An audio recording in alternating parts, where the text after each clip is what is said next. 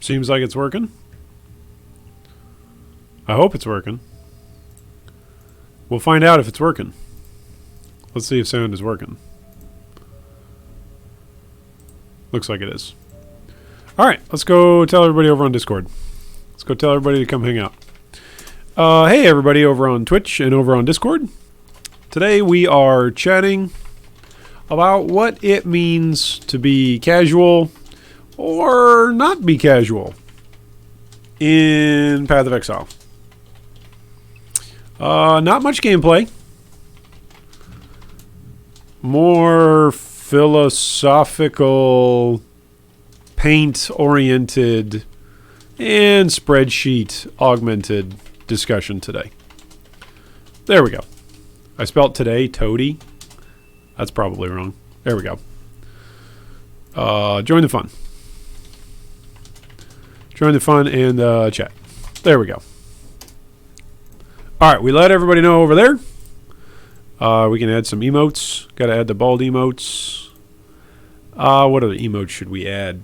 Why not Zoidberg? Why not bald men?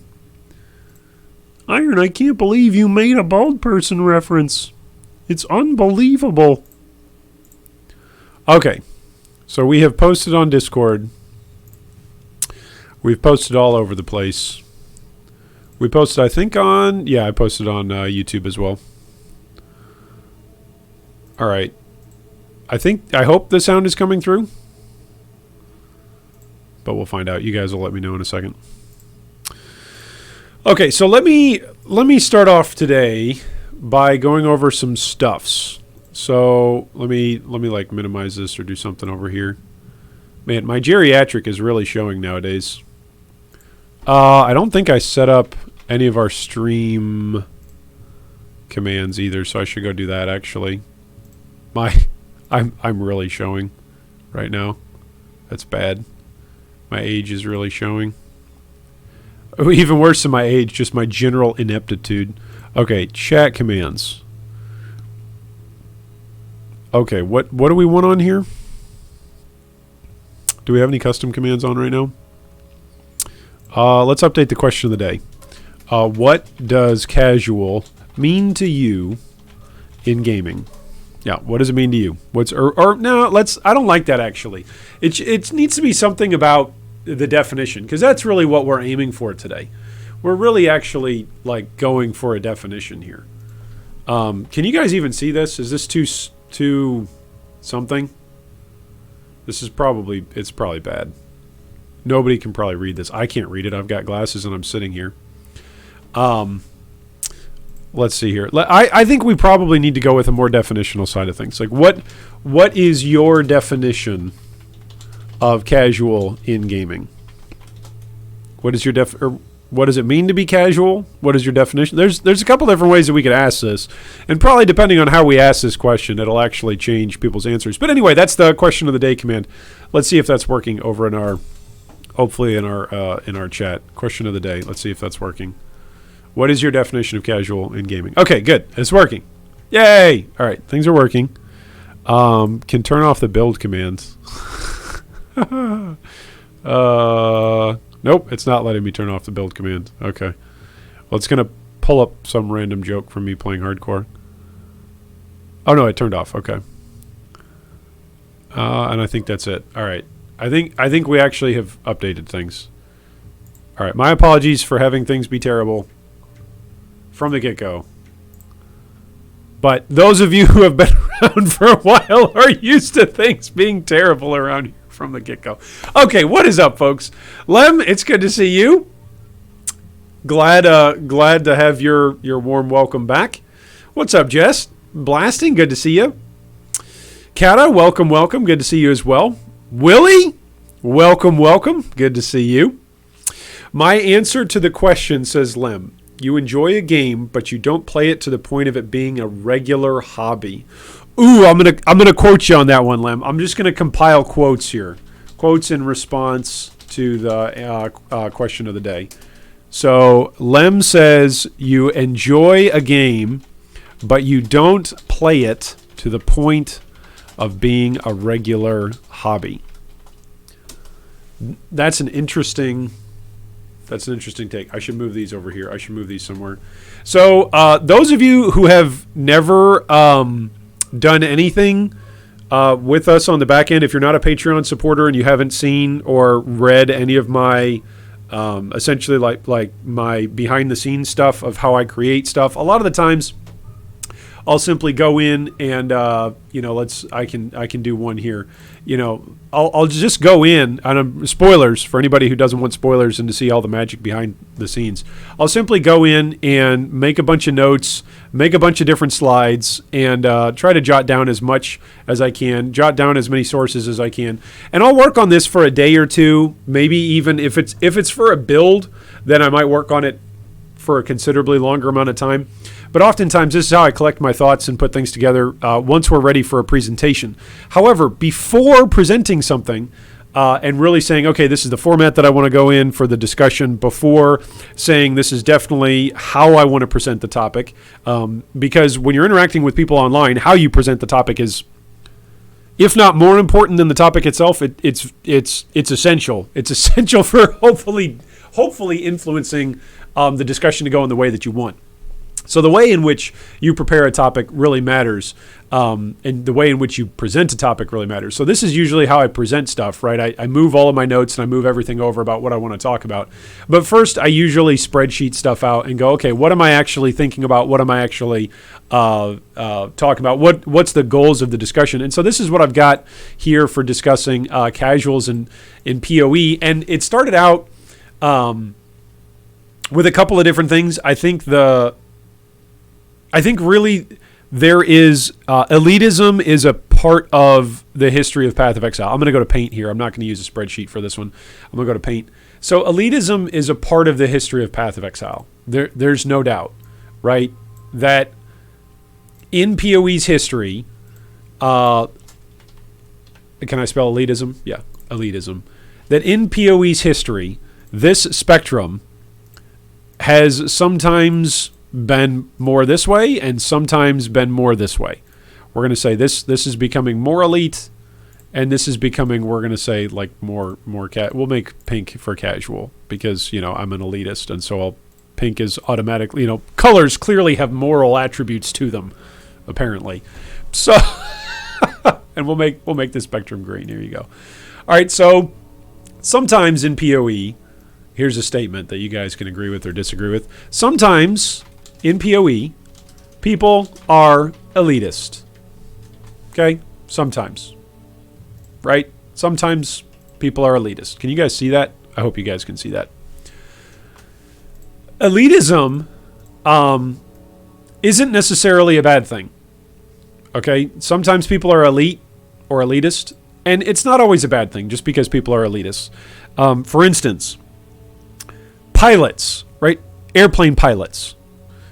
Who are professional grade. Some of them do such a great job that they can professionally operate hugely industrious pieces of machinery that are worth millions of dollars and transport other people safely. To be an elitist about flying a plane is probably not a bad thing. In fact, if you're flying, you probably want a pilot who's something of an elitist, something of a perfectionist, something of whatever it is that is pushing themselves to the limits of their own industry and their own abilities, right? You probably want that.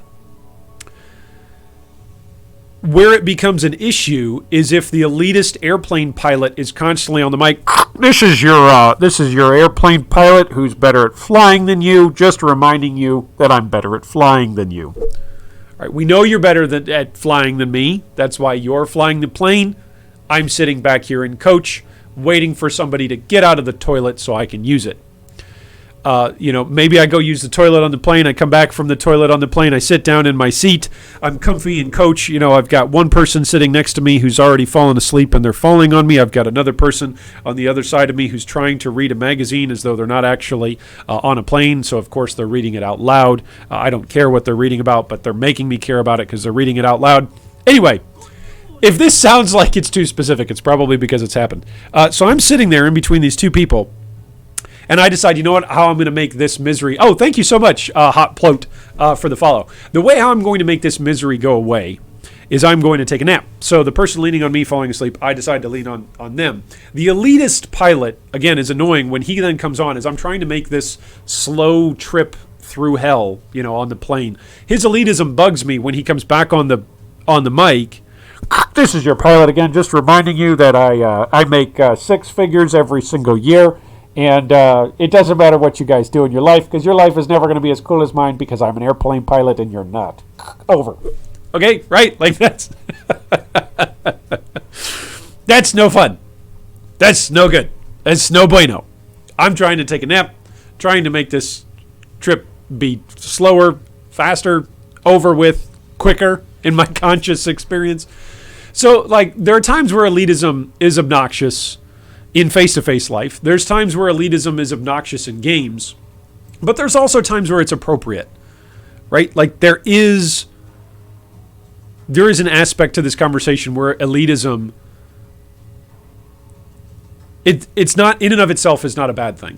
Having a desire to push something to its ultimate end, min-maxing is another way to put it. Min-maxing, right? I'm going to make a moral statement here. Min-maxing is not always a bad thing, right? And in POE, we're all playing a game that's, in a lot of ways, allows you to min-max a lot, right? There's a lot that you can min-max. You can min-max the overarching, part of the discussion would be to say you can min-max your character. But on your character, you can min-max your affixes on all of your stats. Whether it's a unique item, and it's, all unique items have the same affixes, okay, but you can divine it. So you can min-max that. You can min-max implicits.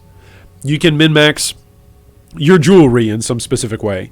You can min-max your cluster jewels and your regular jewels. You can min-max your passive tree.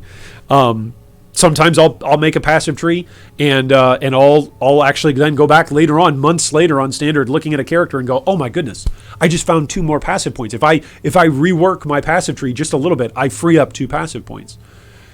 Min-maxing is not always a bad thing. Path of Exile is about, in many ways, min-maxing. And so POE, in a lot of ways, is, who is it? The lady in red from...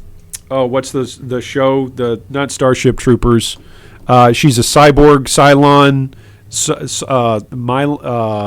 Nylon, Cylon, Cyclone, Battlestar Galactica, actress. If I type in actress, will she just come up for number 6? That's her name. Okay, there we go. There's a whole bunch of actresses that are coming up, but. I'll type in actress Cylon. Cylons, there we go. Does that come up? No? It's sort of coming up. Some things are coming up. Some things are coming up that I should not show on stream. Anyway, the point being, there's something that's attractive about this. Okay? There's something that's that's what I'm saying. I was trying to find a picture of something attractive. Or someone attractive. The point being is there's something attractive about this to Path of Exile. Where's POE's logo? POE logo. There's something about Path of Exile, namely a lot of things about Path of Exile.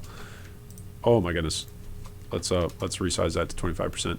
There's a lot about Path of Exile that attracts min-maxing. The game is about this. It's about min-maxing in a lot of ways. The game is about elitism. Now you might say, oh, well, Iron, or maybe I should do Kermit for this. Oh, Iron, you're already arguing that POE is by default an elitist game. I'm not sure if elitism and being a casual automatically go against each other. And that's partly why I'm coming into this discussion today. So POE has a history. That's my intro. POE has a history of elitism.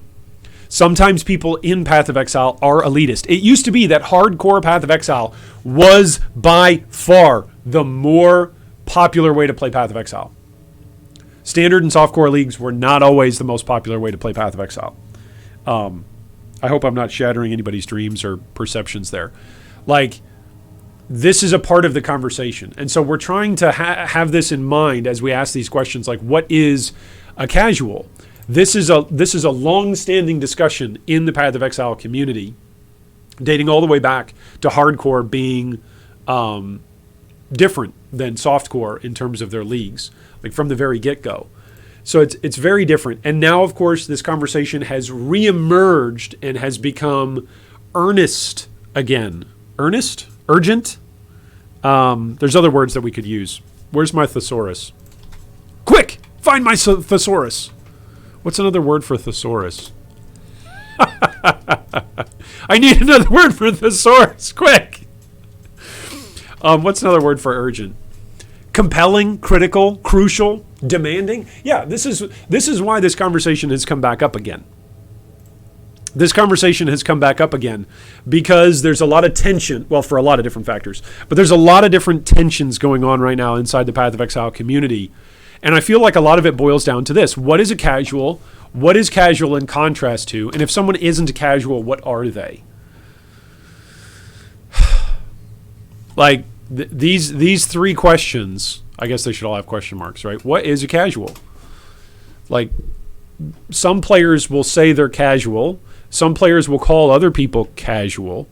Sometimes developers identify a segment of their player base as casual. I could probably delete this row.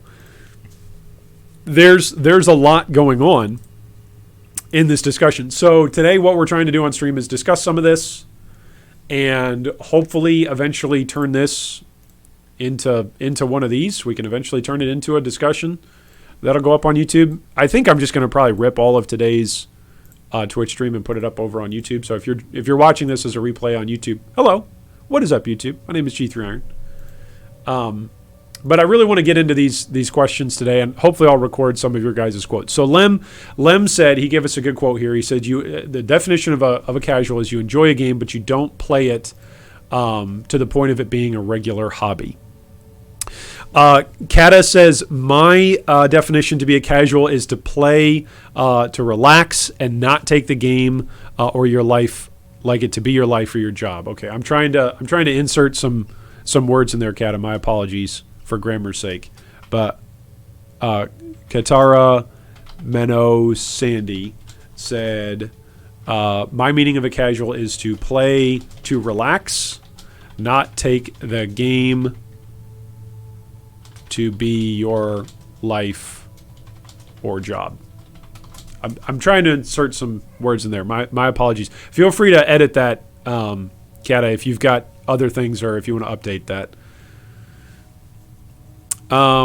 Stream is already being nerfed, says Jest. Uh-oh. Stream's getting nerfed? Why are we getting nerfed? How are we getting nerfed? Oh, no. Willie says casual is someone that likes something but doesn't invest much time into it. Okay. So I'm putting down Willie. Willie Shaolin says someone that likes something but doesn't invest much time in it. See, this is what's interesting about this, Willie.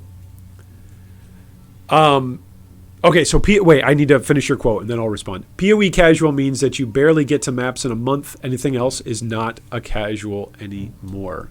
So POE casual means that you barely get to maps in a month.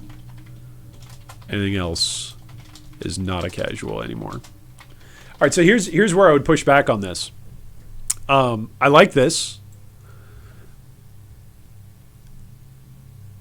I have to say something obvious or something maybe not obvious. Maybe it's not obvious to you guys.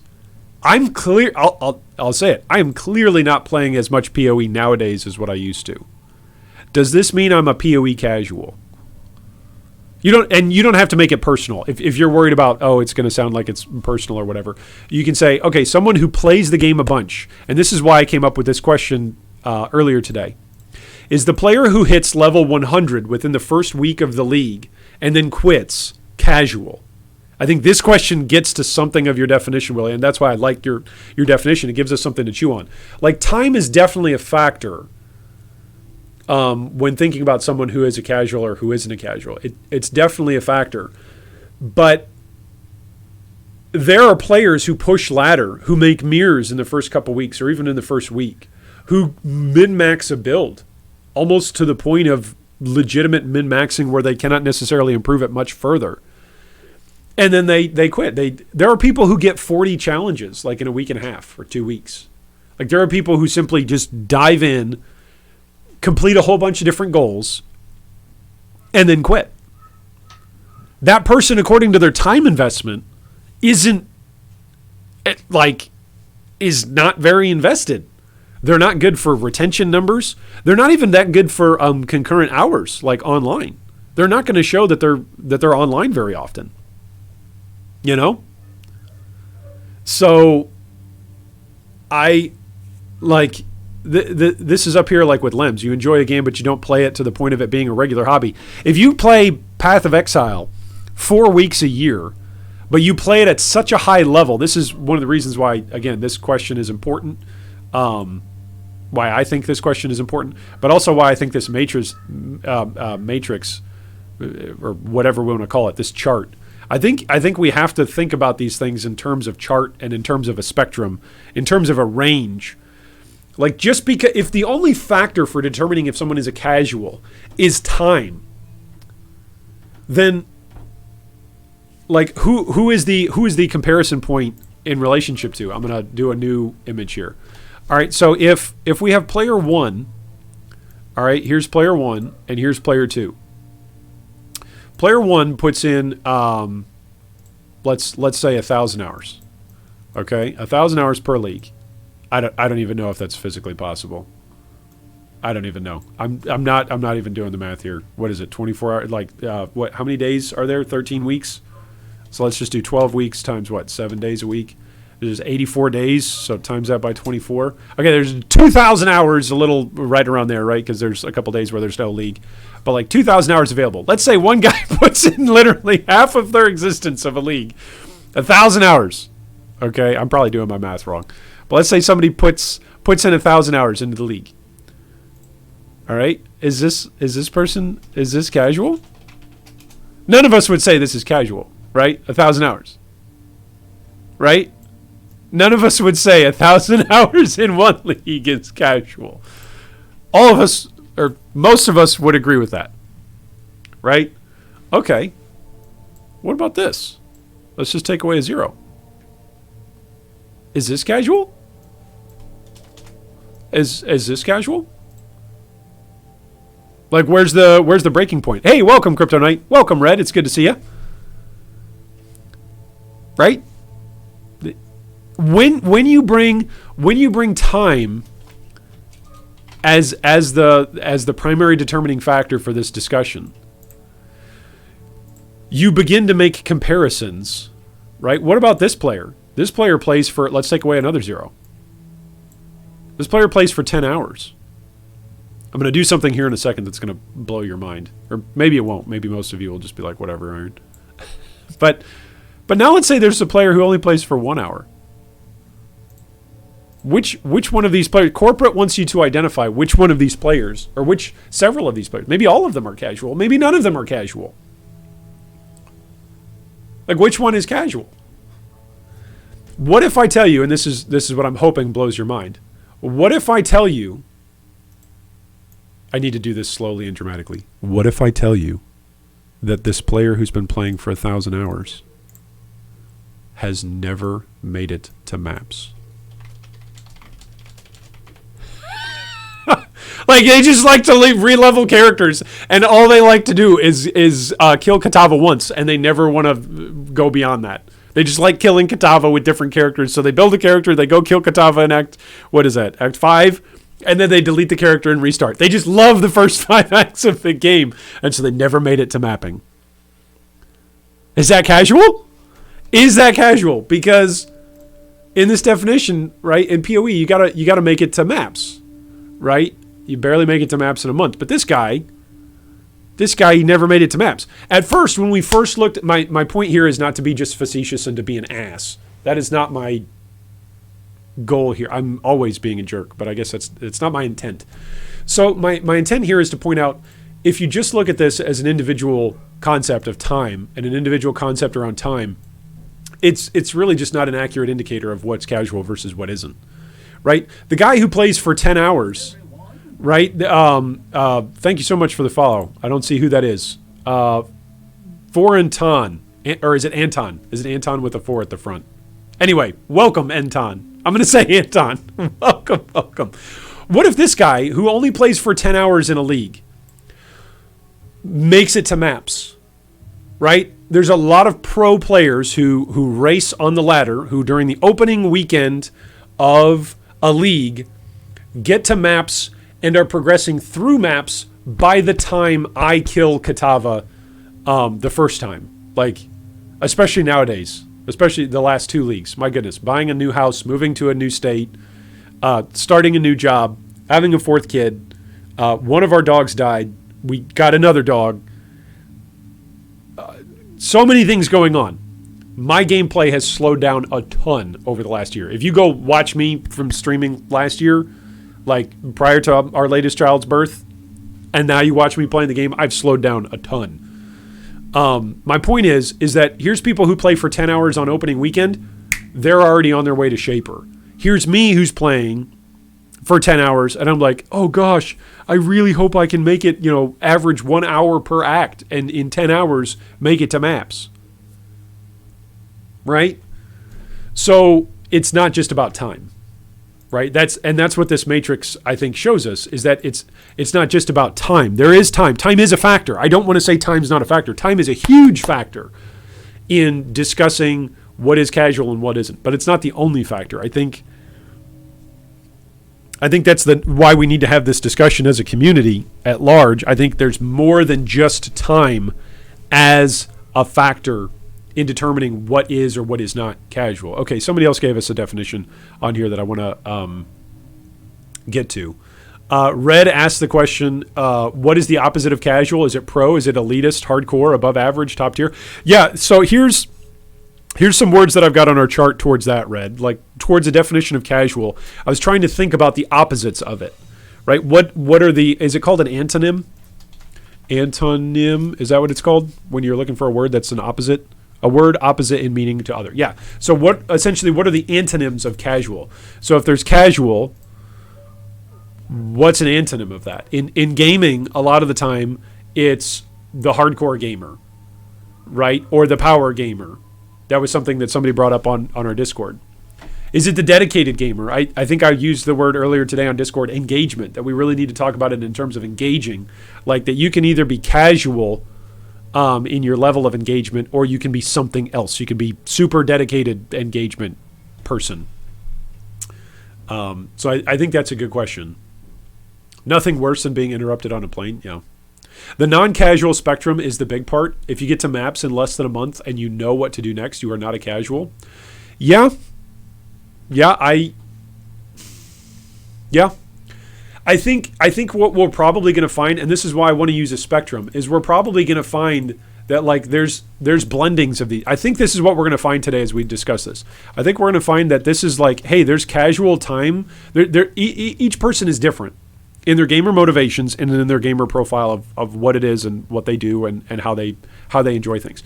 So we might find somebody who's like a casual person in terms of their time. When we go back here to the time investment, we might say like these 3 are all like pretty casual in terms of their time investment. But we might say that the person who's casual with their time investment, maybe they're super hardcore in their skill, right? They're not like MLG Pro, right? Esports, this is aspiring esports, wannabe. This is the esports wannabe, right? But there's like, there's the MLG Pro over here, but there's hardcore. So somebody might be casual in terms of their time that they play, that we could describe them in terms of their time, but they're actually skill-wise going to be something very different, which is then going to be different from their knowledge. The very fact that y'all are hanging out in a Twitch chat or are aware of Path of Exile YouTubers and streamers and go there for your knowledge, that already puts you in another tier. Wow, this is going to sound like I'm really brown-nosing here. That already puts you, though, in another tier of gameplay or game commitment or game engagement than players who never watch a stream, who never pull up YouTube. Like we say it a lot when we're discussing economics in Path of Exile, that one of the best things you can do to make in-game currency in POE is simply to have a second screen. Right? Like gaming in Path of Exile with a second screen and allowing you to have economics websites pulled up and POE Ninja pulled up and price checks pulled up and all sorts of different things. Like that's a huge advantage to the player who doesn't have it, The player who's using Mercury Trade while also being a hideout warrior. Or it's not Mercury Trade anymore. What is it? It's a POE Trade Companion or all sorts of different things. Like, the player who's using third-party helping tools that make a terrible experience slightly less terrible, that's a leg up. Having the knowledge about that stuff sets you apart. It really does. Having the knowledge to be able to watch a game and learn from it rather than just go in and experience it. There's a difference there. So knowledge is definitely a part of it. And then there's this other part. There's this fourth part. And then I'm going to get to more of your guys' quotes. So you can respond here. I'll put it back in the chat. You can respond to question of the day. I'm trying to record your quotes from chat. So we've got 3 of them down. We got Lems, we've got Katas, we've got Willies. So I'll try to put down some more of your quotes for what's your definition of casual in gaming. But beyond knowledge, beyond time, skill, and knowledge, I should bold these, right? Make these stand out a little bit more because I can't even tell the difference between these. Beyond time, skill, and knowledge, you've got content. And in Path of Exile, there's a gazillion layers of content. I don't think that that's being generous or being hyperbolic. There's a gazillion different layers of content. One player that's like, oh yeah, I really pushed to endgame. You're like, yeah, okay. Well, what do you like to do? Dude, I got halfway through the Atlas. I'm at 50% completed on the Atlas. Some of us are going to listen to that and just laugh and be like, dude, that's not endgame. Others of us are going to go, oh my gosh, I've never even made maps before. That's amazing. Others of us are going to go, are you playing softcore or hardcore? Others of us are going to go, are you playing SSF or are you playing Trade League? Others are going to go, are you playing Standard or are you playing Temp League? Like, there's so many different delineations. And then on top of that, just taking the maps example. Oh man, I've got a 50% completion rate on my Atlas. Okay, have you ever fought at Ziri? And the person responds, "Who's at Ziri?" Well, you put the sacrifice fragments together and you go to fight at Ziri. I didn't even know you could do that with sac frags. I just thought they were used for magic find stuff, or whatever. They don't even know what they're there for. They're like, I don't know. I just used the latest edition of whatever loot filter there is, and they're just totally loot filtered off of there because they're useless. Another player's like, oh, dude, 50% completed of your Atlas. It doesn't even come close to the end game.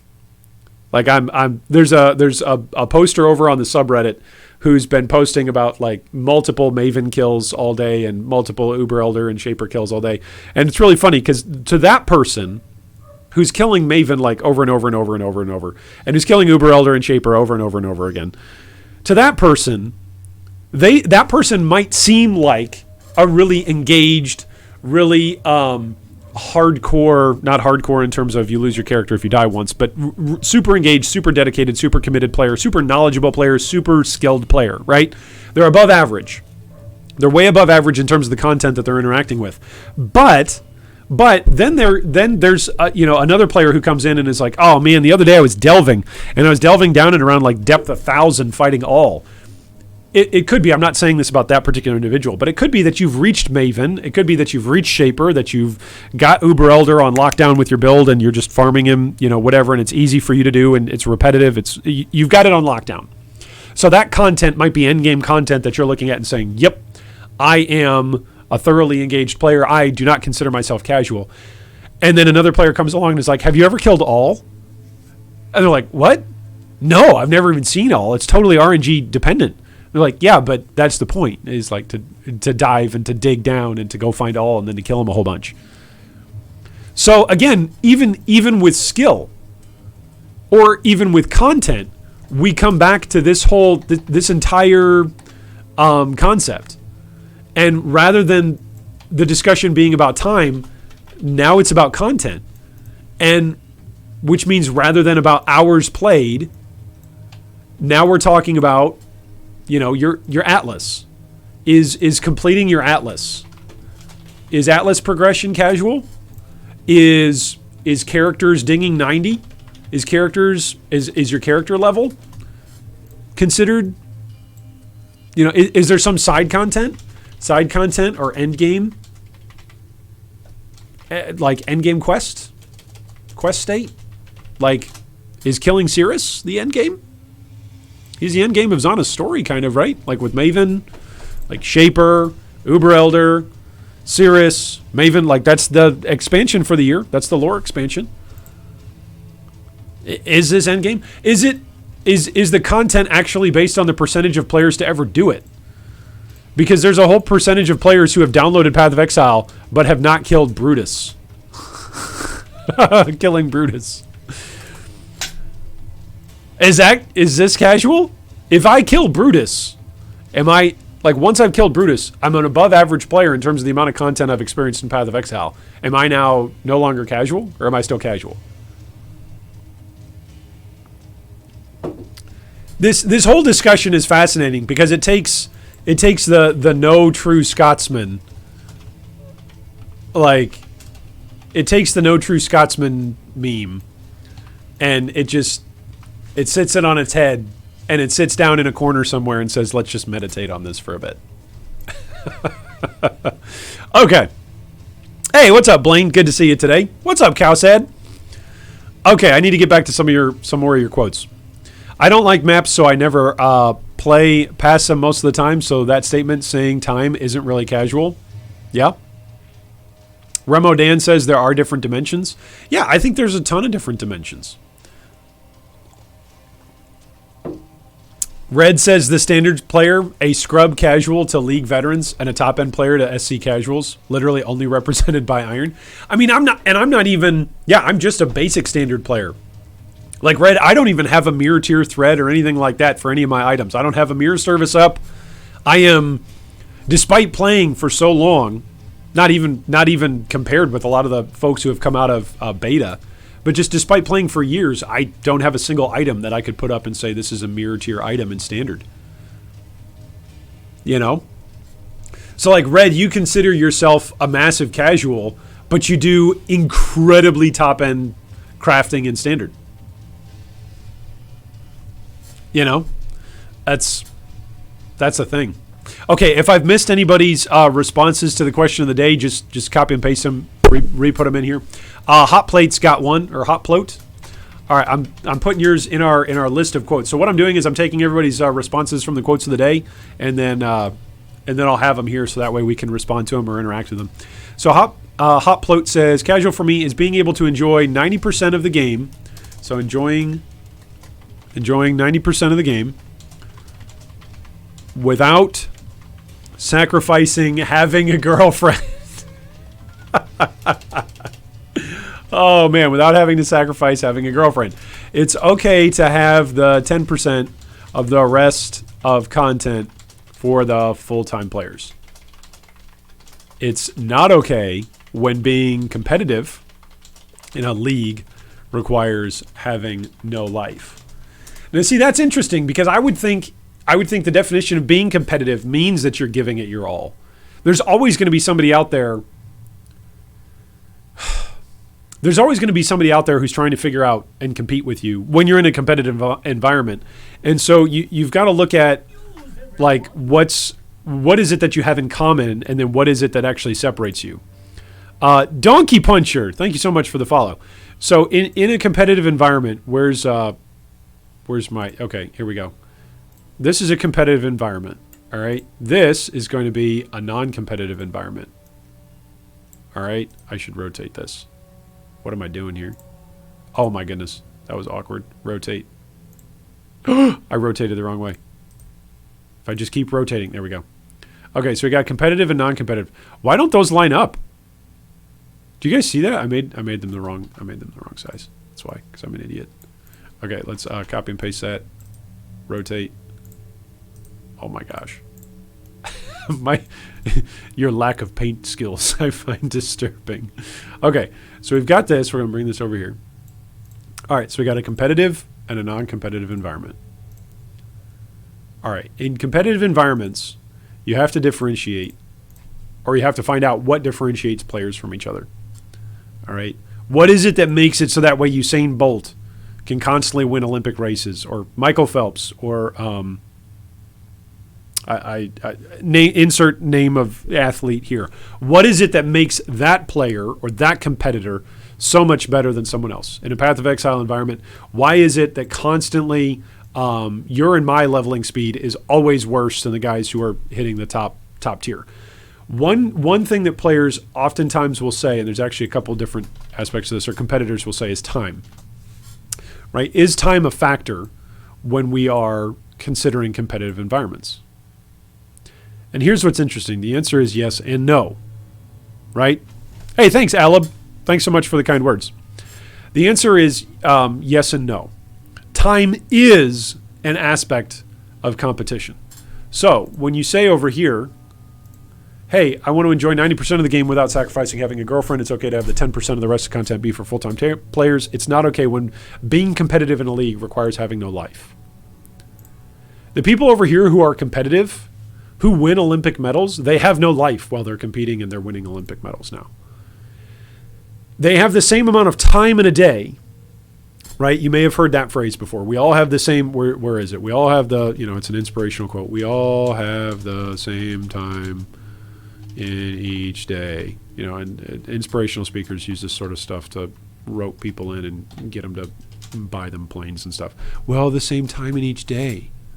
We all do. Yeah, so that means because you've got the same time as Michael Phelps, that you can, because you have the same time in each day, you too can go out and swim just like he does. No, you don't. No, you can't. No, you can't. Even if you put in the same amount of time he puts in the pool from today, you're actually behind him because he's put in more time before you've started. So time is both a yes and a no to this. Time matters in that while you're competing, you both have the same amount of time. While you're in the competition, you both have the same competitive conditions. But leading up to the competition, you've not used your time in the same way. And then during the competition, you don't use your time in the same way. Some people use their time more efficiently than others. That's just a thing. Some players feel a need to kill every single monster in a zone. I've tried teaching Path of Exile to a couple of players like this. It's frustrating to me, but I try my best to bite my tongue and just encourage them and let them know, hey, you know what? You can kill all the monsters in here and they'll all give you experience. But the other thing that you can do is you can progress from this zone and there will be monsters in the next zone and they'll also give you experience and they'll probably drop you even better items than the guys that are going to drop you items here. And those players still insist on killing all the monsters in the zone. And that's fine. They're having a good time. As I always say, don't let somebody else tell you how to have a good time. And so I try to back off once I've informed them, hey, you might want to push on and there's maybe more rewards to pushing on. When somebody's like, no, I'm having a good time. I like killing these guys. Okay, that's great. I personally, I'm going to boot up POE here for a second. I love one particular zone and killing monsters in one particular zone. All right? I have a slight addiction. I have a slight problem because I really do have a really fun time killing players in one particular zone. I'm going to test and see if this even works while I'm streaming, if I can do this. If I can run POE while I'm streaming. I got so many things going on right now. Do I have anything that's like built over here? I think I have something that's built over here. Do I have anything that's built over here? She's a Spectre. Let's see if she's built. I think she's built for Cast on Crit. Like, I really, really enjoy one particular area. That one particular area is in Act 2 in the Southern Forest. Some of you know why I enjoy this particular area. All right? But it's fun. It's fun, and it's fun specifically because of some monsters that you fight. Specifically the little monkeys. I like hearing, for whatever sick, twisted reason, I like hearing the little monkeys come out of the trees and then you blow them up. I like it when they scream at you. I don't know if it's an ASMR thing. I don't know what it is. But the little monkeys. Okay? Like, whenever I complete Act 1 and I get to Act 2, I'm like, oh, this is fun. There's going to be monkeys coming out of the trees and I can kill them. Okay? I don't know why. but I have a good time with it. So I get it. Some players have fun with that. But nonetheless, if you're using your time because you want to kill the monkeys and hear them scream and that's fun for you, or if you just like fighting a monster, or if you find a rare monster and it's fun and it's challenging and it's engaging and you're like, yeah, I want to kill this guy. All right, you're using your time to do that. Meanwhile, some other dude is also using their time. But guess what? For every couple of seconds that you're standing and still fighting some monster, they're using their time progressing on the story. This is how they're already in Act 6 when you're in Act 2. This is how they're in Tier 3 maps when you're killing Katava. And it's exponential, right? Like, they continually get faster. Whoops, I need a different color. They continually get faster as you continually, like, taper off. Like, the difference between these two positions, the gap between them continues to widen the further time goes on. The little differences, the little tweaks, and the little efficiencies that competitive players put into effect or that they adopt into their regular gaming makes a difference. So this comes back to your definition of casual. Not that I have a problem with it, I'm just responding to it. When you say it's not okay when being competitive in a league requires having no life, well, if everybody's going to say, look, we've all got the same equal amount of time, and some players are going to go, look, I can stay awake longer than other players. That's my advantage, is I can use more time. I can essentially get more out of my time than other players, which is something that racers oftentimes do at the beginning of a league. Some racers will sleep. Like, if the league launches on Friday, there are some racers who have chatted about it, whether it's on Reddit or the forums. They'll sleep and have a regular schedule and a regular regimen leading up to a weekend where they're going to stay up extra long pushing. Like, that's something that players do in a competitive environment. So when you've got that, like, how do you balance a game to say it's not okay being competitive in a league requires having no life? How do you balance that when that's a player issue? When some players are going, I'm going to stay awake all weekend and really push. Like, unless you force players to log out. Hey, thank you so much for the follow. Cal, thank you so much, Cal85. Like, as a designer, as a developer, and as a community, there's nothing you can really do about that aspect. It's not okay when being competitive requires having no life. Like, some players are going to, I'm not going to say don't have a life.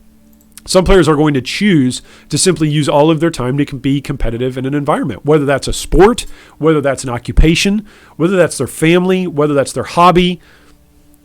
Some people are going to choose to use their time in that way. So how, as a developer, do you combat that? Some games will actually put time gates into their games and say, well, we're going to kick you out of our app. It's most common in mobile games. We're going to kick you out of our app unless you do one of two things. Unless you come back in 3 hours and 59 minutes from now, or you can use some of your in-game tokens, which are only purchasable via, real monetized US dollars or euros or whatever. Hey, you can bypass the timer if you pay us money. So, we as gamers, we typically frown on that sort of thing, on putting timers and time windows on things. Players are going to use their time.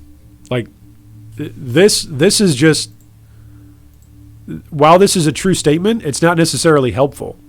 It really isn't about us all having the same time in each day. It's about how we use our time each day and what that's building towards. What's that exponentially building towards over here? This exponential gap between the player who's killing everything in every single zone and the player who is learning what is the optimal amount of monsters that they need to kill in each zone in order to hit each boss and kill each boss in the optimal amount of time. Those are two very different things. It's not that they have different times each day. It's that they're using their time very, very differently. And in a competitive environment, some people are more competitive than others and are going to decide to sink their entire life into the game. That's something that some players are going to choose. Okay, what else? So that was, whose definition was that? That was Hot's. I've missed a couple of you. Let me scroll up here. Okay, Sulfurous. What's up, Sulfurous? It's good to see you. Okay, Sulfurous says, I think casual only makes sense when the term is used in relation to the population of people who actually play the game and aspire to experience all or most of the content. Whew. Okay, casual only makes sense.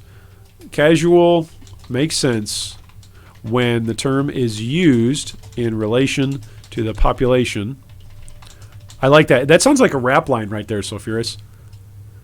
Casual only makes sense when the term is used in relation to the population of the people of the nation who actually play the game, yo. Who make it their aspiration to experience all the creation of the content. Anyway, there you go. I'm done rapping. All right, so casual makes sense when the term is used in relation to the population of people who actually play the game and aspire to experience all or most of the content. People who barely advance in the game or don't attempt to experience most of the content won't be meaningfully affected by changes to the game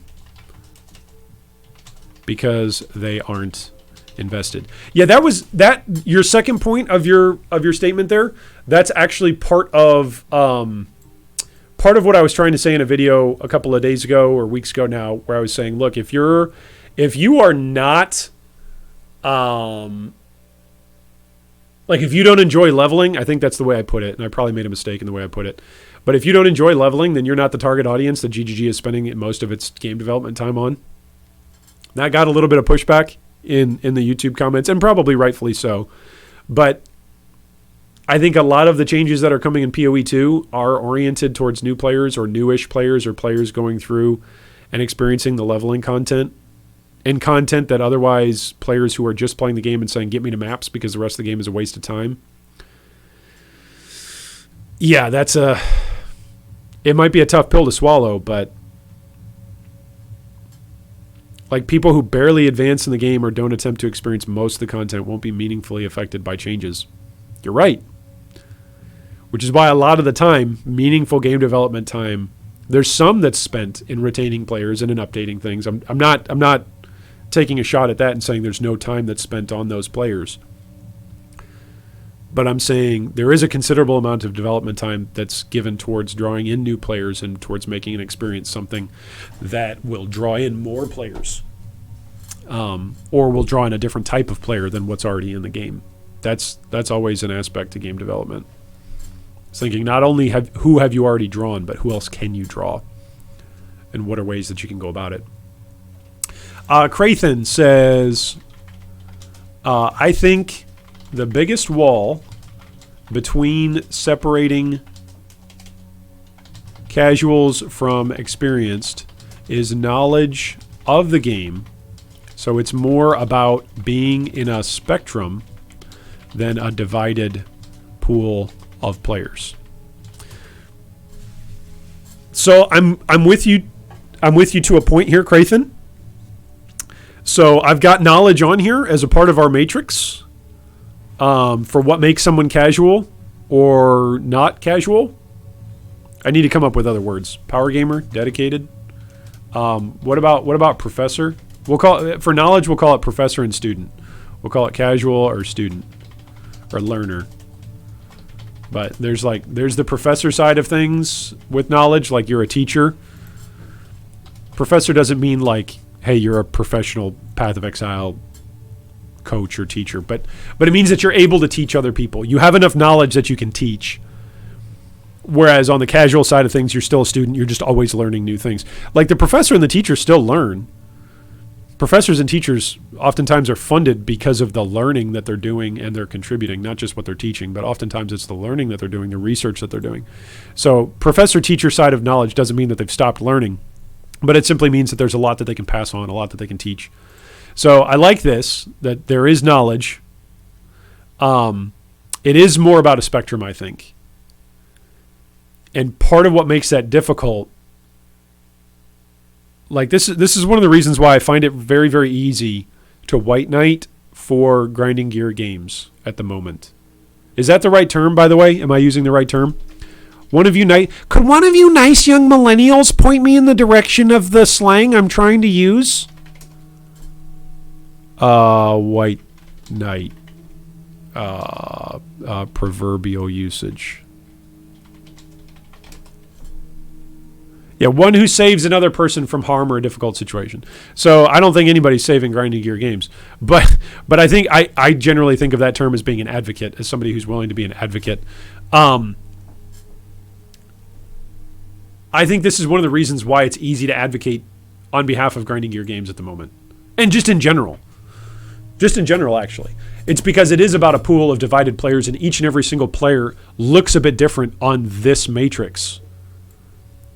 So you're not really dealing with, I'm going to go back to paint for a second. You're not really dealing with, this is sometimes how players, I'm going to make this black if you guys are okay with that. I'm going to make this dark.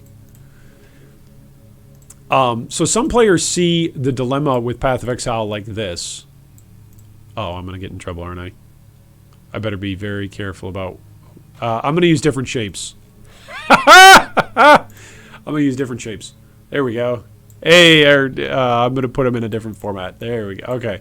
So some players say, here's the casual audience. Here's the power gamer audience. We'll use that term for this. Okay. So some players look at this and say, okay, these two audiences, they do not overlap, right? There's like a small overlap right here, but for the most part, they're different. And when players enter conversations like this, I think they've missed the boat. I'm not going to call anybody out. I'm not going to go reference any comments on YouTube. I'm not going to call any of you out in Twitch chat unless I see it right now, and we can hopefully have a helpful conversation about it. But when people come into the conversation and think that there is a hard line between casual and power gamer, I don't think that's helpful. Looking at the Path of Exile gaming community and looking at the Path of Exile game as dividing players up this simply is not nuanced enough.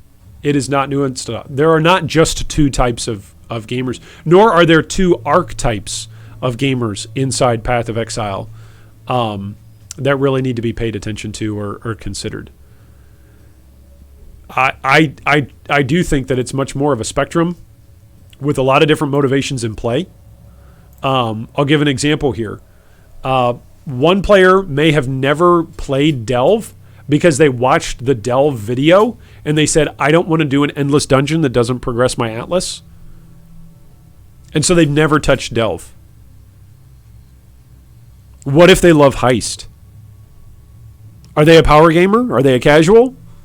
When it comes to their interaction with Delve, they're a casual. Not even a casual. They're just non-existent. They hate it. What's lower than a casual, or what's another term other than casual? Because casual at least wants to interact with something. This person intentionally doesn't interact with some content in the game. Like that's me with Heist now. I cannot pull myself to go through Heists. I do not want to level NPCs up every single league. I don't want to do it. It's literally the whole reason why they redid the Forbidden Masters. It's so frustrating. When grinding gear games solves a problem and then reintroduces a problem later on, and then they're like, oh my gosh, this is a problem. Why don't players like it? Because you've already solved it. Anyway, so this started as me saying why it's easy to White Knight for GGG, and now I'm critiquing them. So this is why it's easy to White Knight for GGG, because this isn't what Path of Exile looks like. Path of Exile looks like this. There's a gazillion different player groups. Like imagine each of these boxes are different groups of players. And there's a bunch of them on the power gamer side, and there's a bunch of them on the casual side. And there's a bunch of them that overlap in all sorts of different meaningful ways. And now we go to Grinding Gear Games as a community and we say, fix the game the way how we want it. There's a bazillion different ways that we want it. Fix it.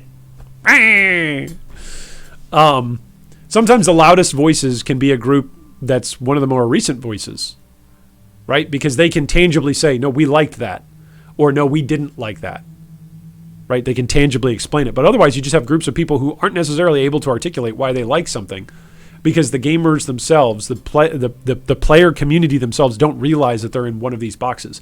They think they're just casual, or they think they're just a power gamer, and they don't realize, yeah, sure, you're a power gamer in terms of your content knowledge and in terms of your skill, but in terms of your time, you actually play the game not that much.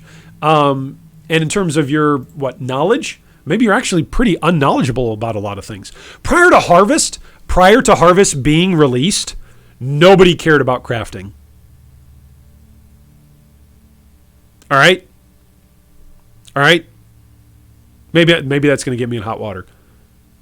It was not a hot topic. Crafting was not something that was like, it wasn't something by any measurable metric. It was not a hot topic amongst major YouTube videos that were being released on a regular basis. It was not a hot topic regarding Twitch streams that were focused specifically on high-end, top-end crafting and crafting strategies. There were a couple of people, shout out to Demi, wherever Demi is. I hope Demi's doing well. There were a couple of people who would show off on Standard and show off different things that they had been building towards for years, accumulating wealth and like making perfect two-handed axes and perfect helms and perfect this and perfect that. There were a couple of people who were really doing top-end crafting, but the vast majority of the player base was like, oh, that is such a pain in the butt. I will buy it if I'm going to play Trade League. Right? Delve, prior to Harvest, changed that a little bit, where players were like, oh, here's another way I can craft. This kind of gets me introduced into crafting, and I'll mess around with it a little bit. Other players went, what is this? What is this knowledge gap?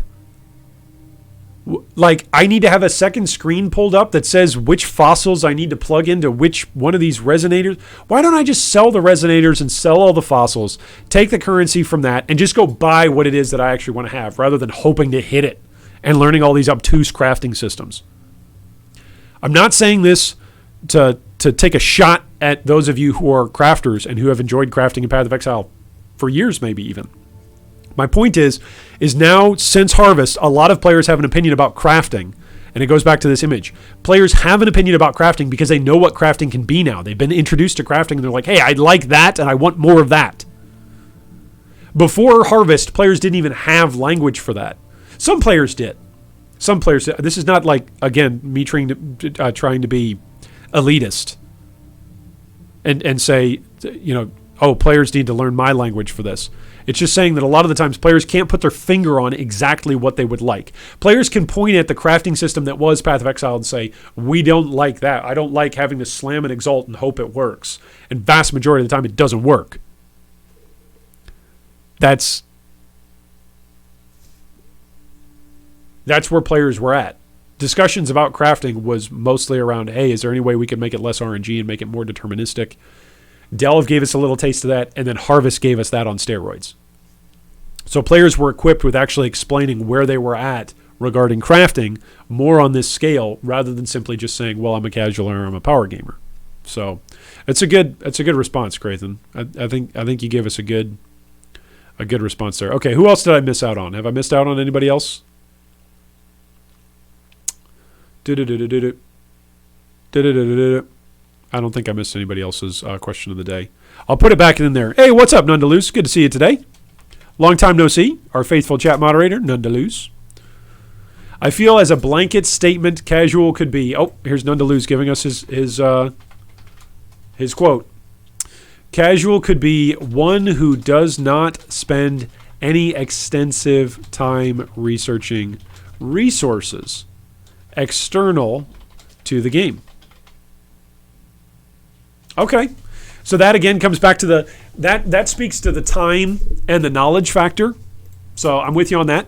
It speaks to the time and the knowledge factor. By the way, I would distinguish content and knowledge. Like, knowledge is what you know about the game. Content is what you've played in the game. That's how I would differentiate those two. Which I still don't have words for, like, content. I guess content is stuff experienced. Like percent of game encounters experienced versus like the casual being, killing Brutus. There's the casual side of things, which is, hey, I'm above average. I killed Brutus. I still love that stat. That most players don't kill Brutus or whatever it is. Okay, who else? Who else did I miss? Awesomest Dave says, complete clears and opening chests and barrels is incredibly inefficient and yet so satisfying to me. Yeah, that's fair. If you enjoy it, do it. Right? Like, if you enjoy it, do it. Avesti says, I just got here. Why are we talking about mobile games? Does somebody want to fill in, Avesti? We're chatting about what it means to be casual in Path of Exile. It's essentially what we're talking about. Says, just got here, so I might have missed a portion of the current topic, but something I'd compare it to is time gating in WoW. People would endlessly farm AP in Legion, and Blizzard gave it a weekly cap in the next expansion. The result was that more people got bored earlier. Okay, yeah, that's going back to the mobile gaming comparison. Yeah, that makes sense. I'd say knowledge comes more in how long you've played the game and less in how much you play in a given league to a degree. Yeah, I think that's true to a certain extent. But in a game like Path of Exile where there's major updates, and sometimes there's major changes that take place inside the patch notes. Like, one of the reasons why I'm so butthurt about Heist, I think that's the right term, right? Butthurt, frustrated, disappointed, sad. One of the reasons why I'm so sad about Heist. During Heist League, by the way, I made I made the highest level XP character that I've ever made, which was only a level 97 Scion. But I played that with, what's it called? Armor stacking. It was armor stacking, dual wielding the Dream Feathers. Can I pull that up? I think I have it somewhere on here. It was Transcendence. That's what it was. It was a build that was so good. I had Mrs. Draconis sit down and play the build, and yeah, it was Mrs. Draconis versus here it is. Oh man, I got the video right here. Oh man, there's Mrs. D. Mrs. D, you're on stream. Mrs. D is available for voice acting for any character that says ah. Oh, did she scream?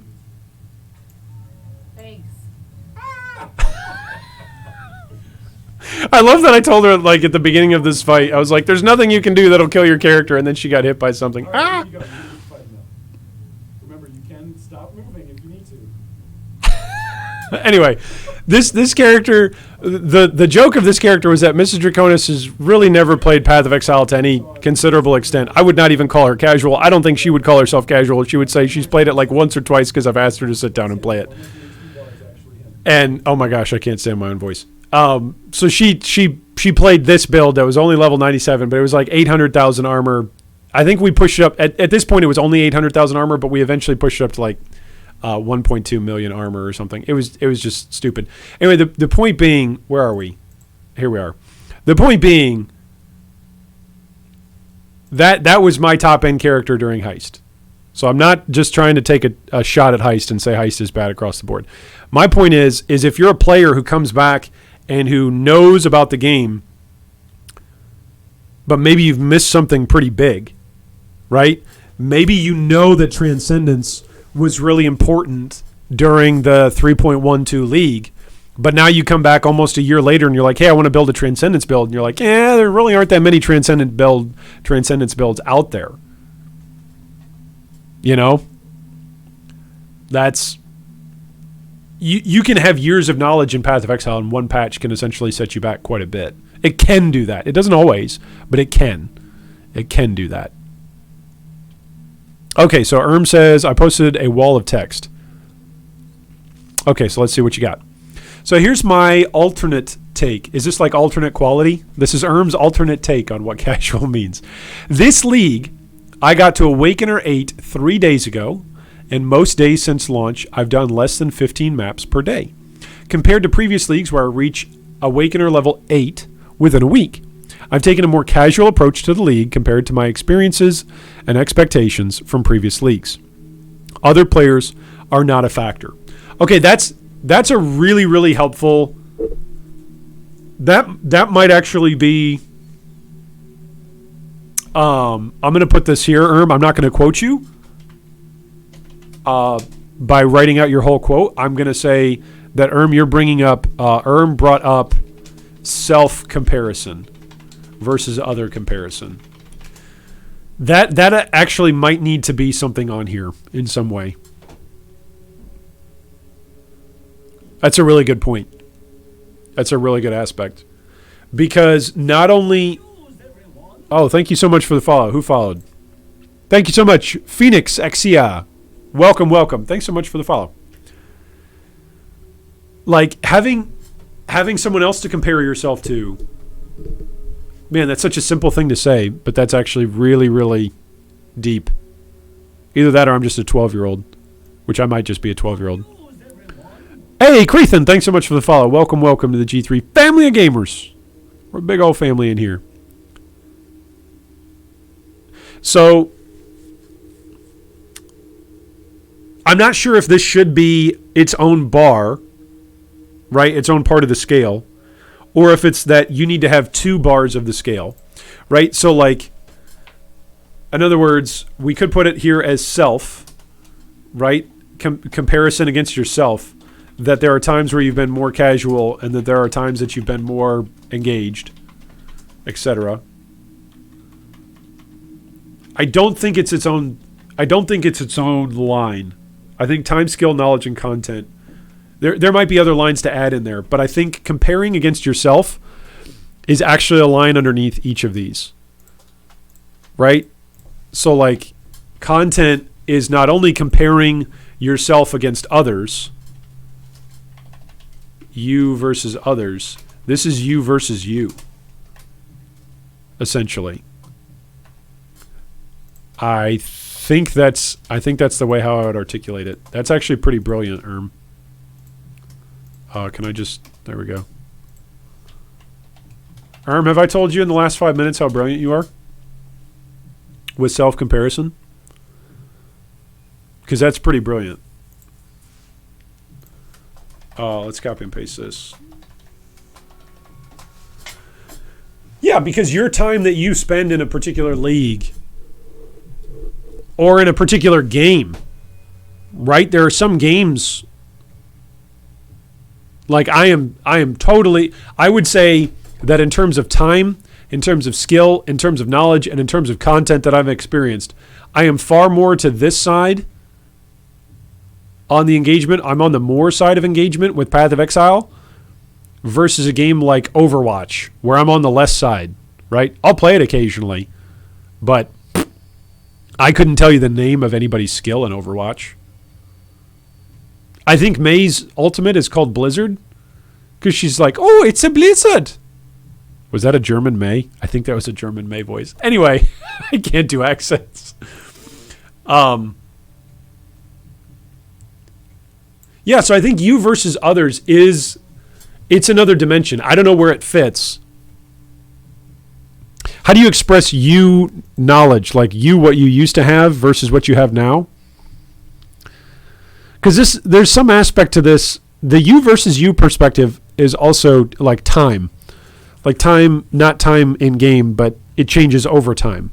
Like your skill in a game changes over time. Your knowledge in a game changes over time. The content that you experience changes over time.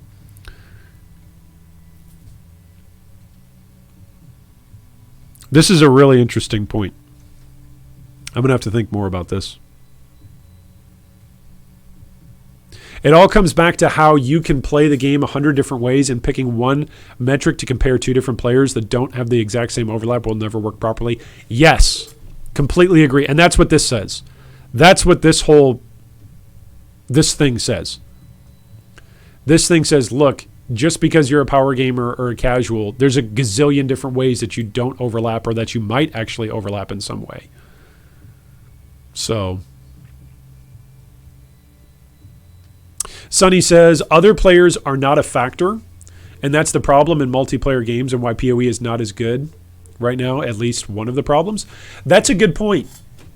That's a good point, Sonny. Other players aren't always a factor, but sometimes they can be. Sometimes they can be. And the way how, again, we're talking about game design here. So game designers are always having to consider the different sorts of players that are playing, whether or not it's a single player game or not. Or multiplayer, single player versus multiplayer. This is talking about listening to player feedback, or game design in response to different players and their different motivations and their different factors that are motivating them to play your game. And different ways that you can measure that, right? And I think this is part of the reason why I think this is a helpful discussion to have inside of Path of Exile right now. I think a lot of people inside Path of Exile don't think this stuff through. And I'm not talking about Grinding Gear Games here. Grinding Gear Games is thinking this stuff through. I think a lot of players giving feedback, and it's not on players to have to think through this stuff. I'm not saying it's the responsibility of the player to have to think through more and less engagement and different gamer motivations when they sit down to play a game. When I sit down to play a game after a day of work, I'm like, dude, I do not want to think right now. I want to play a video game. Okay, there are times where I want to do that. There's other times where I'm like, okay, it's a new league. I want to think about strategy. I want to think about guild banking. I want to think about how to break the new mechanic. I want to think about what new combinations there are with the passive skill tree and with ascendancies and with itemization.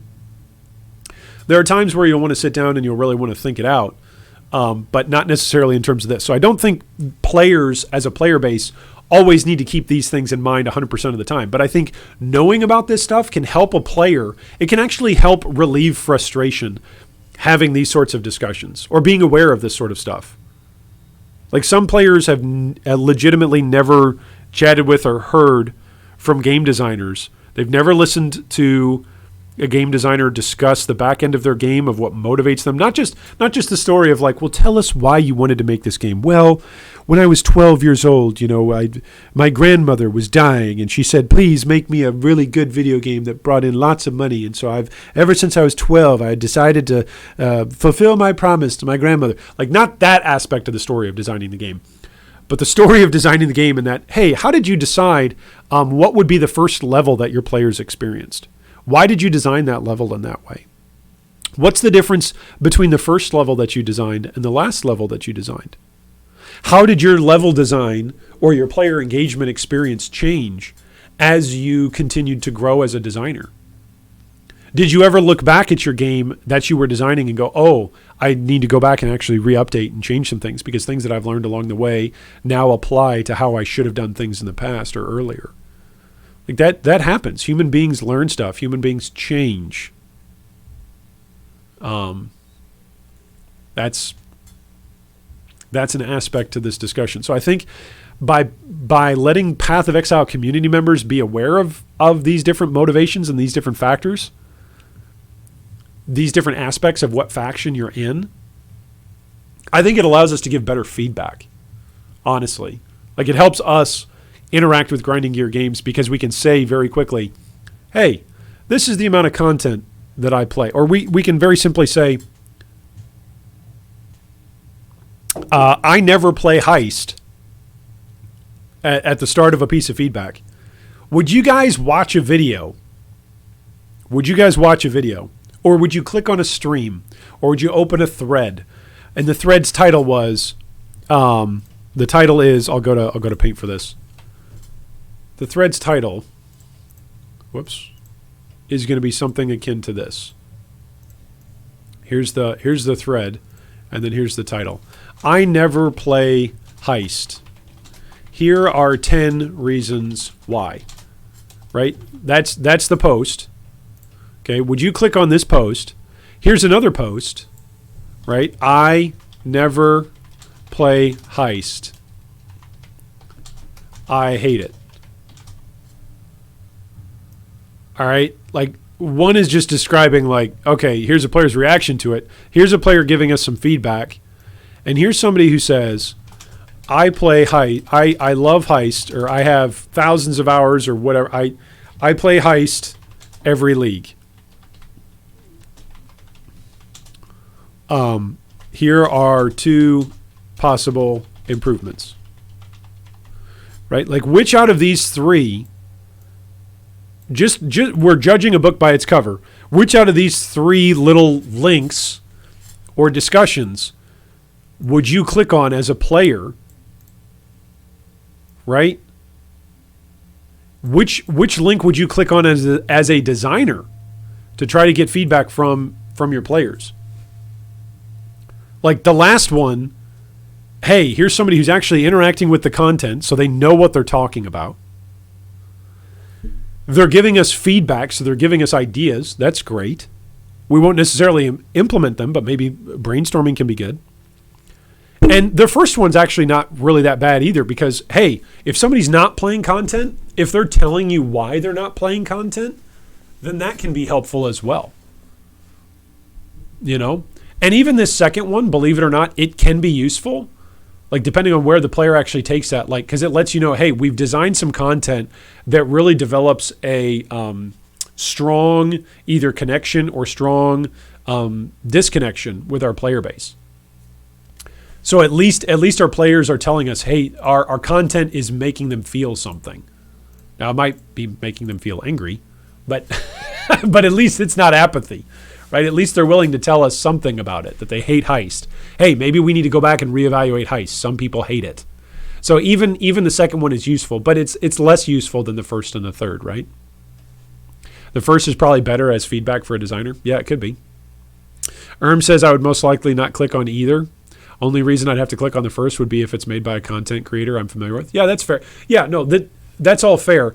But again, I'm simply saying I'm going back to this point, by knowing more about ourselves and by knowing more about the different ways in which we as players are casual or not casual, and by taking those factors into consideration, it can really help us give feedback. It can really help us with our own level of frustration. Like, one of the reasons why some players are frustrated with Delve is because they don't want to put the time in to go find all. Right? It's not necessarily because of the content. Some players might actually think the Delve is pretty fun in terms of content. So you'll hear those players complain about RNG. Right? I put time in to playing Delve. I enjoy the content. I have the knowledge of how to get down there, and I have the skill on how to build a character, but I don't like the time. I don't like the time that I have to put into that. Like, different aspects of Path of Exile are actually designed with these and with more motivations in mind for different players to be able to hit and for different players to enjoy. Evan says delete Heist from the game. Yeah, there you go. We're getting clickbaited, says Michelangelo. Yeah, there you go. No, clickbait would be this. Clickbait, let me see if I can design a clickbait headline for Heist. This league, I ran 2,586 heists. You'll never guess how profitable it was. Or you won't believe. You'll believe how profitable it was. How's that? Huh? How's that for clickbait?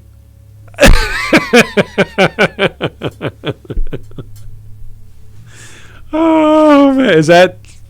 Could this just be right on a clickbait thing? Says the first one implies that there's a problem with the mechanic. The second one implies there's personal issues with Heist. Yeah. Third implies that the content isn't perfect, but also any suggestions are subjective. Yeah. Yeah, there's something to each of these. And that's what I'm saying. Like, even if we don't know this about ourselves as players, or which faction we're in, or what percentage we are, or if we would call ourselves more casual related to time or skill or knowledge or content, or we would say we're more, on the engaged side of things on time, skill, knowledge, or content. Even if we don't know any of this, we can still come up with feedback that's valuable to Grinding Gear games. But there is a way that's to interact with GGG that is more helpful than others. Sounds kind of like the Legion farming video. Yeah, the Leisure Glacier farming video. The most profit ever? ? Heist is broken? Yeah. Yeah, there's some content creators who would do that. Me, I just like to throw like some thumbnail on Paint and be like, hey, we're talking about this today. Okay? If you don't want to talk about this, I want you to know what we're talking about from the thumbnail. Don't click on it. I'll save you some time. I had somebody the other day, I forget when it was. I think it was 2 or 3 weeks ago. I had maybe it was one of you. I had somebody watch an entire 25-minute video, and their comment back was like, 25 minutes and you said 3 things through your presentation? Thanks for wasting my time. And I was just sitting there going, if you saw the numbers coming through on the video, and you saw the timestamps, and you sat through the whole video, it just made me scratch my head. Like, most YouTube stats show me that, generally speaking, people click out of a video within the first 2 to 5 minutes of a video. If you're not getting what you're going to get out of a video, people click out of it right away. So it was just funny to me that the complaint was, I watched all 25 minutes of your video and it all sucked. It's like, why didn't you turn it off? I don't know. I just found it hilarious. Like, man, if I'm sitting there watching a video, I watched a lot of other content creators and discussion hosts on YouTube. Let me tell you, folks, not all of them are people I recommend. There's some that I'll watch. I'll watch for 30 seconds and I'm like, I'm not learning anything here. I'm out. Look, I grew my hair back. Totally not clickbait. Yeah. For me personally, if we want to get narcissistic, it would be, what does G3 Iron look like with a full head of hair? Click here for Imgur link. Right? There you go. Oh man, that's the narcissistic clickbait title. Yeah, is the player who hits level 100 within the first week of the league and then quits, is that player casual? Maybe they are casual compared to what they used to be. Maybe they used to level 2 characters to level 100.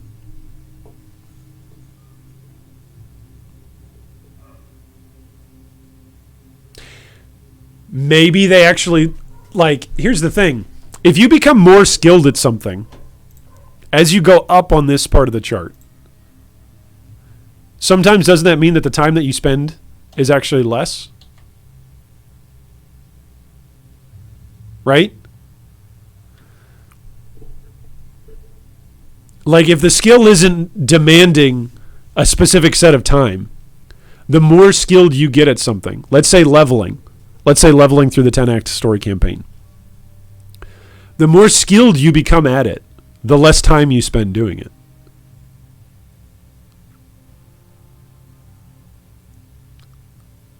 The more content you experience, even sometimes, then sometimes the more time you spend playing the game in general, but maybe the less time you spend playing specific other content. I think one of the reasons why low-level farming has been killed in Path of Exile constantly, it's not because of the economy. I don't think it's because of the economy. I think it's because Path of Exile designers want us to be doing more different content. I think that's why. I think low-level, repeatable, farmable content, they don't want players stopping there. I think they want you to really push and keep pushing your character and not be able to find a plateau that you're comfortable at and just rinse and repeat. I think they want us to be able to constantly experience growth in a character. I do think that's a desire of grinding gear games. I don't think they just want us to get stuck at tier 10s and just farm tier 10s all day. Not if you were a tie killer and you practice the axe over and over again. True. So, Phonexia, that goes back to what we were talking about earlier with competition and time of day. Do I still have that on here? Can I go that far back? How many times can I click undo in Paint before Paint doesn't remember to undo it anymore? Oh, that's as many times. It's done. Rip. But we had a paint drawing up earlier talking about competition and talking about time that we spend. And while we all have the same time or the same constraints, when a competition goes live, we all use our time differently leading up to the competition. And so Tai Killer is a great example of somebody who uses his time to practice his skill over and over and over again and become better at it. So that's a good example. But I think sometimes as your skill goes up and as your knowledge goes up, maybe your time in the game goes down. I would say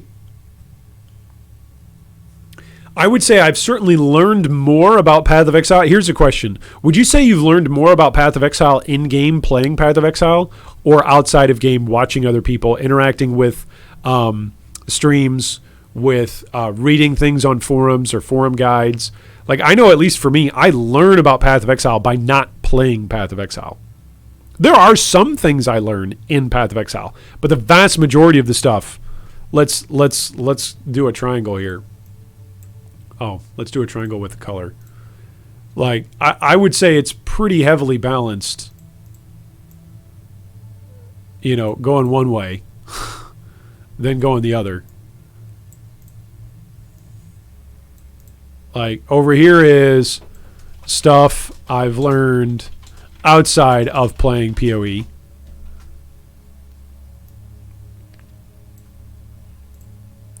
Right? And over here, here's the stuff I've learned in-game playing POE. I would say it's not even close. It's not like the weights and the scales are definitely favored outside of game. There was a recent video that got flack for including 2 mirrors in a per hour farming average. Yeah. Look, guys, I dropped 2 mirrors. And if you guys just follow these 10 techniques and you do the exact same thing I did, you'll be 2 mirrors poorer than me. Turtle says outside of game is more than 80% of learning for me. Yeah. Yeah, I think so. Says it's the same reasoning they used for making us do 10 different maps for Atlas invitations. Incentivize varied content. Other times, they simply break the strategy some people use to pigeonhole themselves into a single fractured map, for example. Yep. Yep. Yep. No, I think you're right, I think you're right. I think that Grinding Gear Games learns more about players when players experience a wide variety of content. Like what I'm going to mention, I won't mention him by name. There's one particular streamer who is well known for building high-end, very fast builds, and then running usually straight, linear maps. Used to be, you know, a strand map back in the day. He's also known for saying different words with using different words. So anyway, I'll let you fill in the blanks about who you think it is.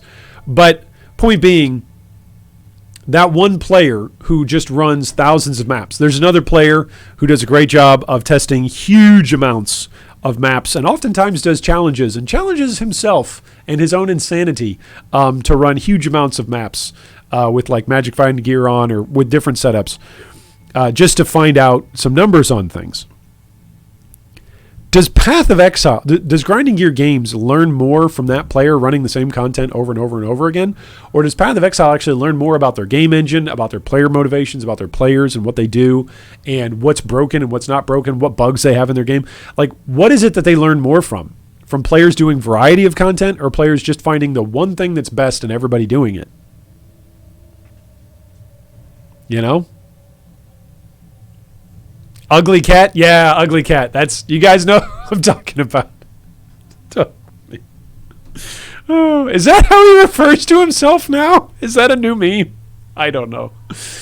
Blasting says it's edging more towards 50-50 for me at the moment for in-game and out-of-game, but at the same time, it took a massive amount of outside of time to get to the point where I had to focus on in-game. Yeah, exactly. Exactly. And I would say blasting crafting too. Right, crafting is a big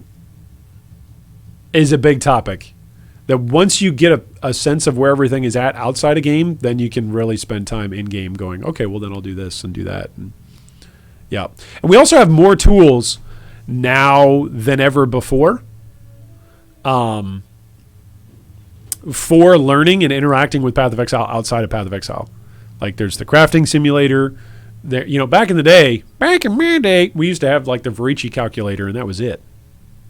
Nowadays, like there's the Uber Elder fight simulator, there's the crafting simulator, there's POEDB, there's all sorts of how to craft specific gear videos. Yeah.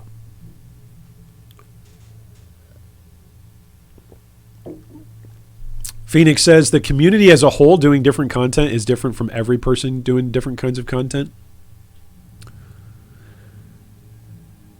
I would agree, Phoenix, but if one player influences a whole bunch of other players, maybe I'm misunderstanding you here, so feel free to push back or clarify.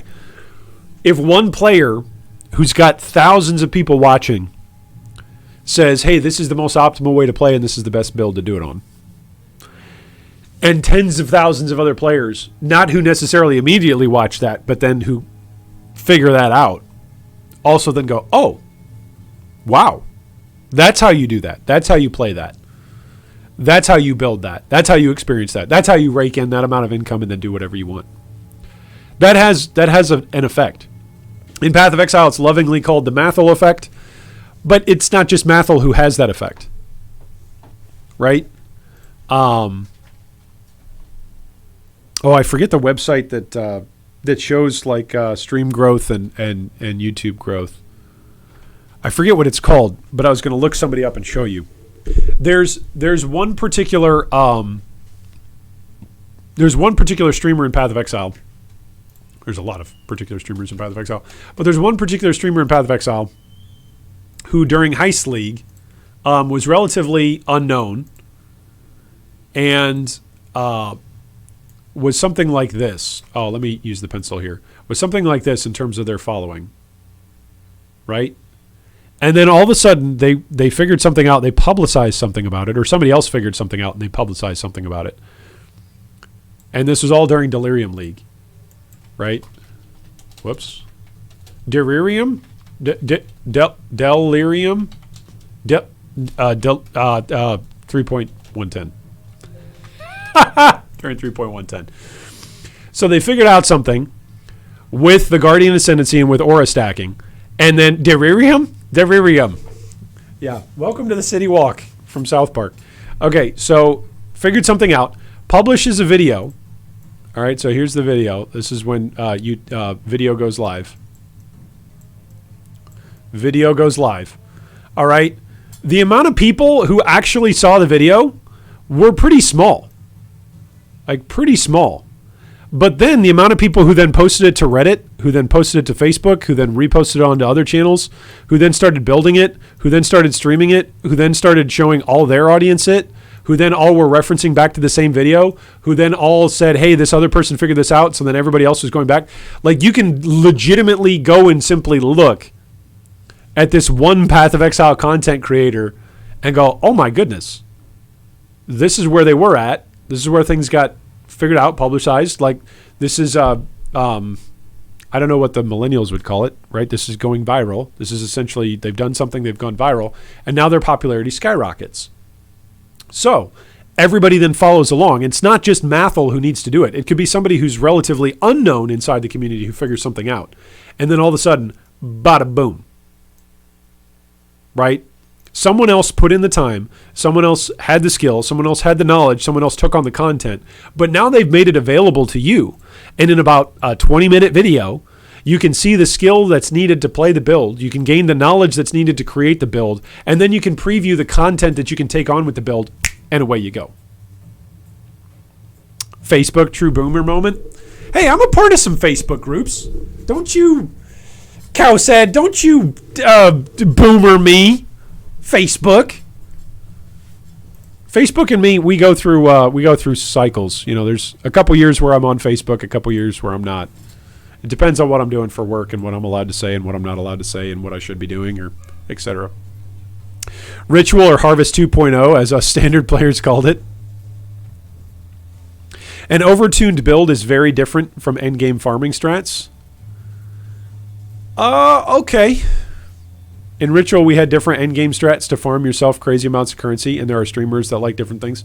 Yes, that's fair, and that's why I personally think it's actually a good thing for the economy to let different people do different jobs. Like I think it's important to have people here and people here and people here and people here. Like, there's all sorts of layers of profitability. Oh my goodness, what picture am I drawing here? I'm just doing a graph using circles. That's all I'm doing. Okay? That's all I'm drawing here. All right? I don't want anybody saying anything otherwise. But I think all these different jobs are important. Right? I think all these different jobs are pretty important. One of the things that I don't like about Path of Exile over the last 2 years since Delve League is GGG has really come down and made the stance like, no, we're going to kill like all of this stuff that's below. Everything that's below this line, everything, everything that's green and above, these jobs, these methods of profit, these all can still stay. But everything else that's lower tier or that's easy, farmable, etc., all of it's got to go. And I feel like there's a lot of things that haven't been replaced, and I think that's because GGG wants it that way. Like darkness farming, you just can't do it anymore. Quarry farming, I will still have this debate with people.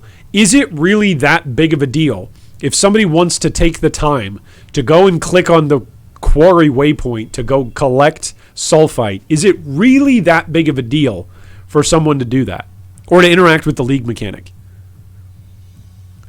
Like, what is the harm in letting players go, hey, there's this repeatable way that you can really build up your currency base and go from there? It's not the top end. It's not the top end of returns, but it's a consistent way of getting returns. What's the problem? What's the problem with telling somebody, hey, in Act 10 or Act 9 or whatever act, you can constantly repeat and engage this zone for the league content and therefore generate a bunch of currency doing that? I don't think it should be top tier, but I think there's ways that you can gate that. Fun detected, nerf incoming. You will play the game how we say, and you'll like it. Yeah, I mean, I'm not willing to go that far and yell at GGG, but I think that less jobs. Wow, this is going to sound like a political statement. I think less jobs is a bad thing. So I think more different jobs, more varied jobs is a good thing. The problem was bots repeating that content without a cost. Turtle, that's everywhere. Just listen to Chris on the last two most interactions. I'm with you, Turtle. It can be a problem. But I'm going to pull up POE Antiquary. POE Antiquary. Where Peony Tattoo? POE Antiquary. Oh my gosh. Thank you. People want to talk about bots. Let's go to Exalt Farms. Okay, let's take a look at Delve. All right, here's what Exalts looked like in Delve. All right. People want to talk about bots. I'm happy to talk about bots. I'm going to kill this. I'm actually going to do this on a presentation screen. Do I have a duplicate slide? I'll do this over here. All right. So this is what Exalted Orb prices looked like during Delve League. All right. This is Delve Softcore. We're comparing everything in League Softcore. All right. There's one. Should I compare it over here in Paint too? Probably. All right, here's League 1. Oh my gosh, the ratios are going to be all off in Paint. Never mind. Don't use Paint. Okay, here's what was after Delve. Betrayal. Delve was 3.4. Oh my goodness. Betrayal was 315. No, not 315, just 3.5. How time flies. I've literally had children since these leagues were in existence. Multiples. Okay, where did it go? Here it is. All right, here's Betrayal. Do you see these curves? Do you see these curves? They're not the exact same, but they're similar. We're going to keep going, okay? Because I haven't made my point. Oh, Iron, that's not enough to compare to. Okay. Okay. Here's Synthesis. Here's synthesis. 175C is where it topped out at. Whoops.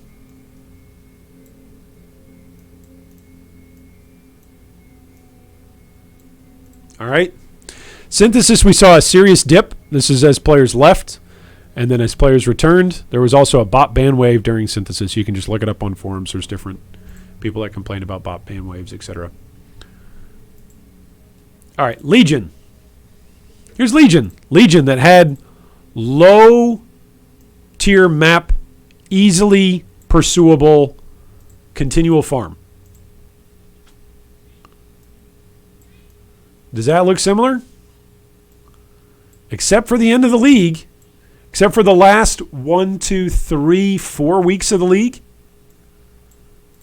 Which, by the way, the last 4 weeks of the league, everything always dropped down anyway. General trends. General trends. How many more do we need to do? Here's Blight. Here's Blight. Again, pretty similar overall trend. This is back when WoW Classic came out. The top end was just over 200C. We stayed usually around 175C. Every league we had a little bit of inflation, it seemed like. But for the most part, somewhat manageable. Now again, some of these there's a little bit more volatility. Synthesis really stands out. But for the most part, we're going up, we're finding a plateau, and we pretty much stay there. Blight, we actually found our plateau, and then we came back down a little bit earlier in the league. Right? Here's Metamorph. This is after monsters. This is after monsters become more difficult and after Sirius is introduced as the endgame boss. We never touch 200C on exalted value. Never touch 200C.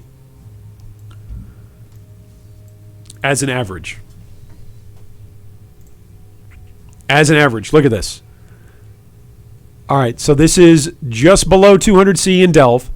Just below 200C in Betrayal, 175 in Synthesis, just below 200C in Legion, just above 200C in Blight, and then, again, towards the end of the league, we actually continue, but we have this like really hard struggle to get up there. This is also when Conqueror's Exalted Orbs were entered into the market.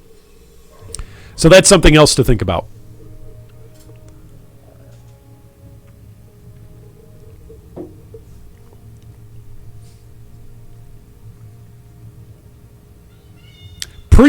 Pretty similar trends, right?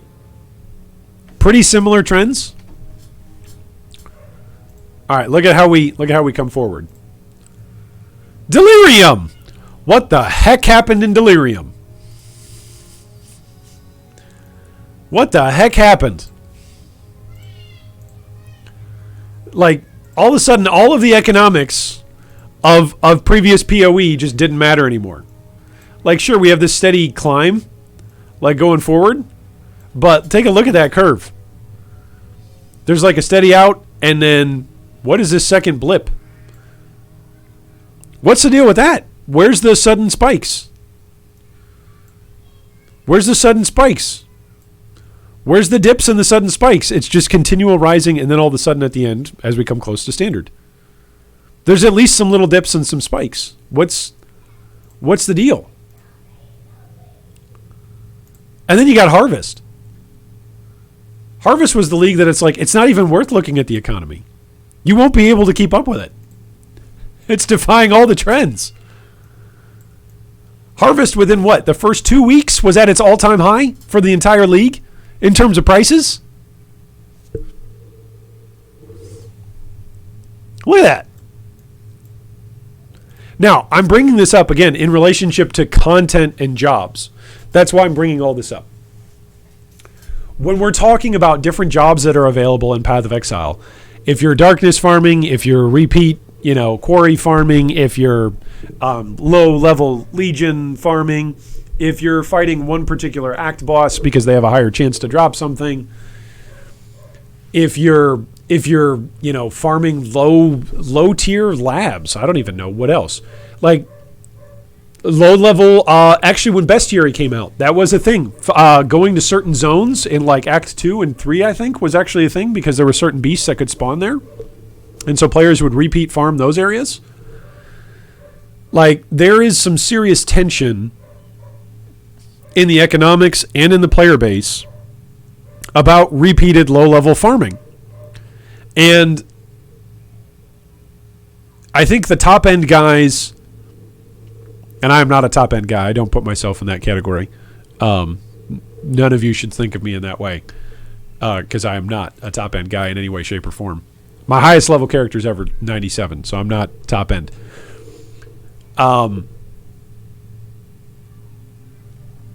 The top-end guys don't necessarily talk about this stuff because they want to talk. They want to look at what it's like to really max the heck out of Path of Exile and what does that look like. And credit to them. They should do that. But there's not a lot of representation, not even in podcasts. This isn't me saying there needs to be more representation in podcasts. I'm just saying in conversations, in player conversations in general. There's not a lot of representation in conversations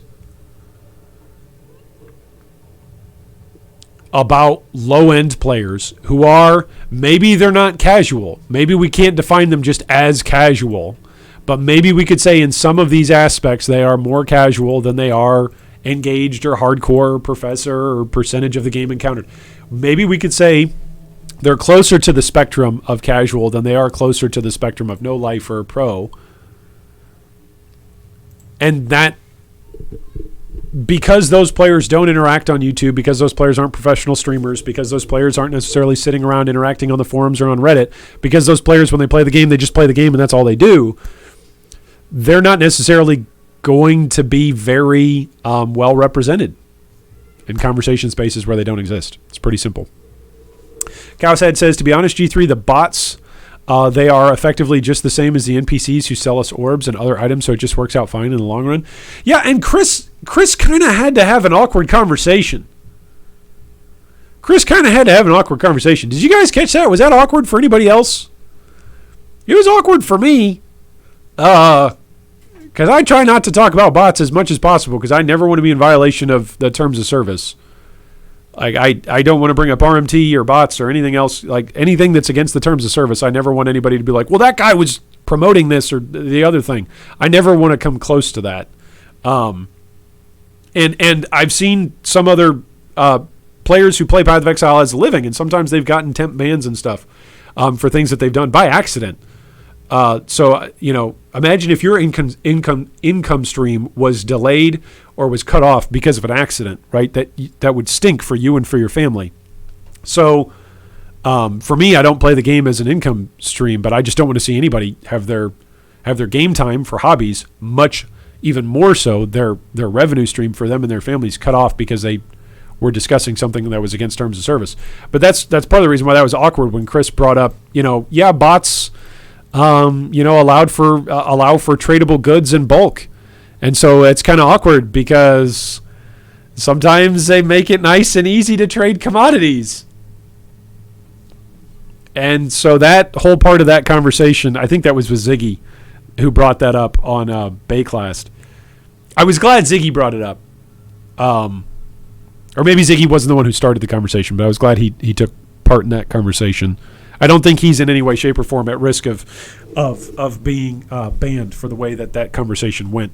But that was it was good to hear something from Chris on bots and the economy, and that they're constantly trying to battle bots, but bots do certainly have a place in Path of Exile, and one of them seems to be that if they're not being deleted or removed from the game, that one of the places they occupy is, how else to say that? One of the places that they occupy is a very quality of life ensuring role in the trade aspects of Path of Exile. Yeah, it's weird how they're seemingly okay with it. Yeah, and I don't think they are, right? They're like, I don't think Chris is okay with it. If Chris could snap his fingers and make all the bots go away, I'm pretty sure he would. If Grinding Gear Games employees could just snap their fingers and make all the bots go away and not come back, I'm pretty sure they would. So it's not that they're okay with it. But I think it's incredibly transparent and honest that they're going, look, on the one hand, we're trying to fight these guys. On the other hand, there is actually some value that they provide.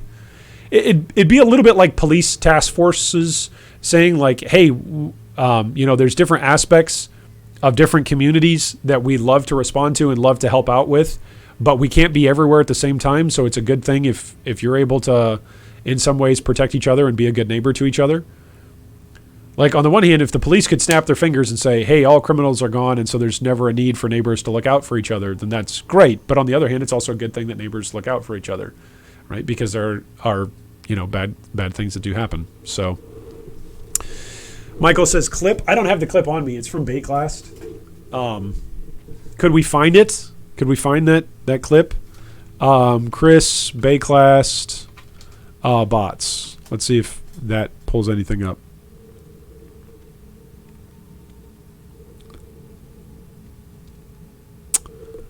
I don't see anything.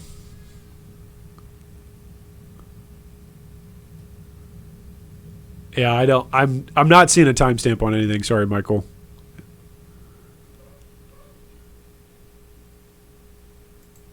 Yeah. A cursory Google search doesn't show anything up. GGG has the metric. Chris talks a lot about the data they have on players that they never talk about. Yeah, that's fair. No, they have a lot of data. That's why I think this is helpful for us as players to think about. Grinding Gear Games clearly has their idea of what is a casual, which, by the way, I think that is a clip that I can probably find from Ziz and Mathel talking about it.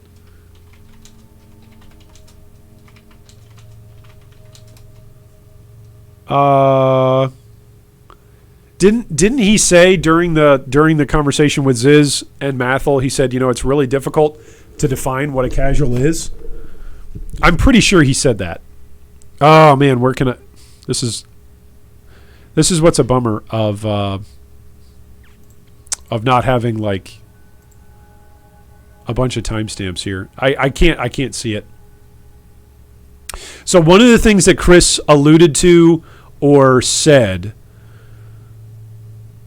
in the Mathel and Zizaran podcast, which I think was better than what its general reception was. I think people were just sick of listening to Chris at this point, which makes me scared a little bit for next week. If people are already getting sick of listening to Grinding Gear Games and asking questions and having a dialogue, like if that's the impression, is people are sick of it, then that might lead Grinding Gear Games to no longer do those sorts of things, and that would be a bummer. But I'm pretty sure one of the things that Chris expressed, and I'm not quoting here, and I'm not even paraphrasing, but I'm simply saying he brought this up as a topic, or it was brought up to him, about what a casual was, and Chris tried to put into words, at least from my memory of it, regarding some of the difficulties of putting into words exactly what is a casual. Like, how do you group an entire segment of your population, and what factors do you use to group them? Because again, and that's what we're getting at here with the heart of our discussion today, there's so many different factors that differentiate players.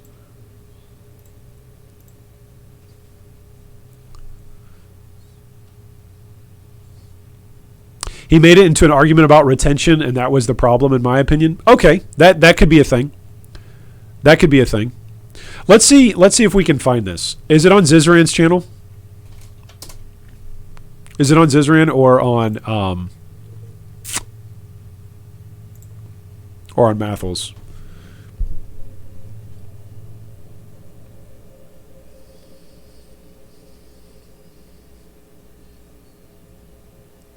The future of POE with Chris Wilson. Okay. Let's see what we can find out here. Did they include timestamps? No. Okay, there is a timestamp. Lucy New put timestamps in. Okay. Harvest Nerf, Harvest Crafting, Smart Loot, Auto Loot. Let's see here. Can we find this? Excuse me and my terrible eyes. Easier crafting. Free premium stash affinity. League specific loot. Gating behind. Making early game more exciting. Modern gamers getting bored easier. What is considered an average player? Okay, here it is. We're going to jump here. All right. Next up, this is a very, very... Can you guys hear this? When balancing the game, how many hours do you expect or estimate it to take for an average player to get to the end game and access fights like Uber Elder, Maven, and general content? What is an average player in GGG's eyes? I had a good discussion with the team. This one. The idea of what is an average player and how long does it take them to get to content. And the thing is, like, if you look at an average player of people who come to our website and are interested in the game, the average player doesn't get through the download necessarily, right? Like the average player decides halfway through they're going to go and watch Netflix. Okay, did you guys hear that? The average player doesn't get through the download. The average player decides they're going to go watch Netflix. That's the quote there. So, casuals. Casuals. Casuals. Right? What makes someone casual? Is this what we should put in? We should just put in Netflix. Netflix and chill. Netflix and chill? Or slay eldritch demigods. Right? Right? Do you want to Netflix and chill, or do you want to slay eldritch demigods? Which one do you want to do here? Like, which one is more desirable here? Let's fill this way, and let's make this way. There you go. Which one do you want to do? Because apparently the average player might say, I just want to Netflix and chill. Oh, man. Yeah. So are they talking about the average player or the medium player here? Yeah, there's a little bit of this from what I remember from this part of the discussion with Chris, where I think I would have hit him with a couple of things more. I think I would have pushed him a little bit. I don't think he's trying to dance around the question. I think sometimes you can simply get more specific. Look,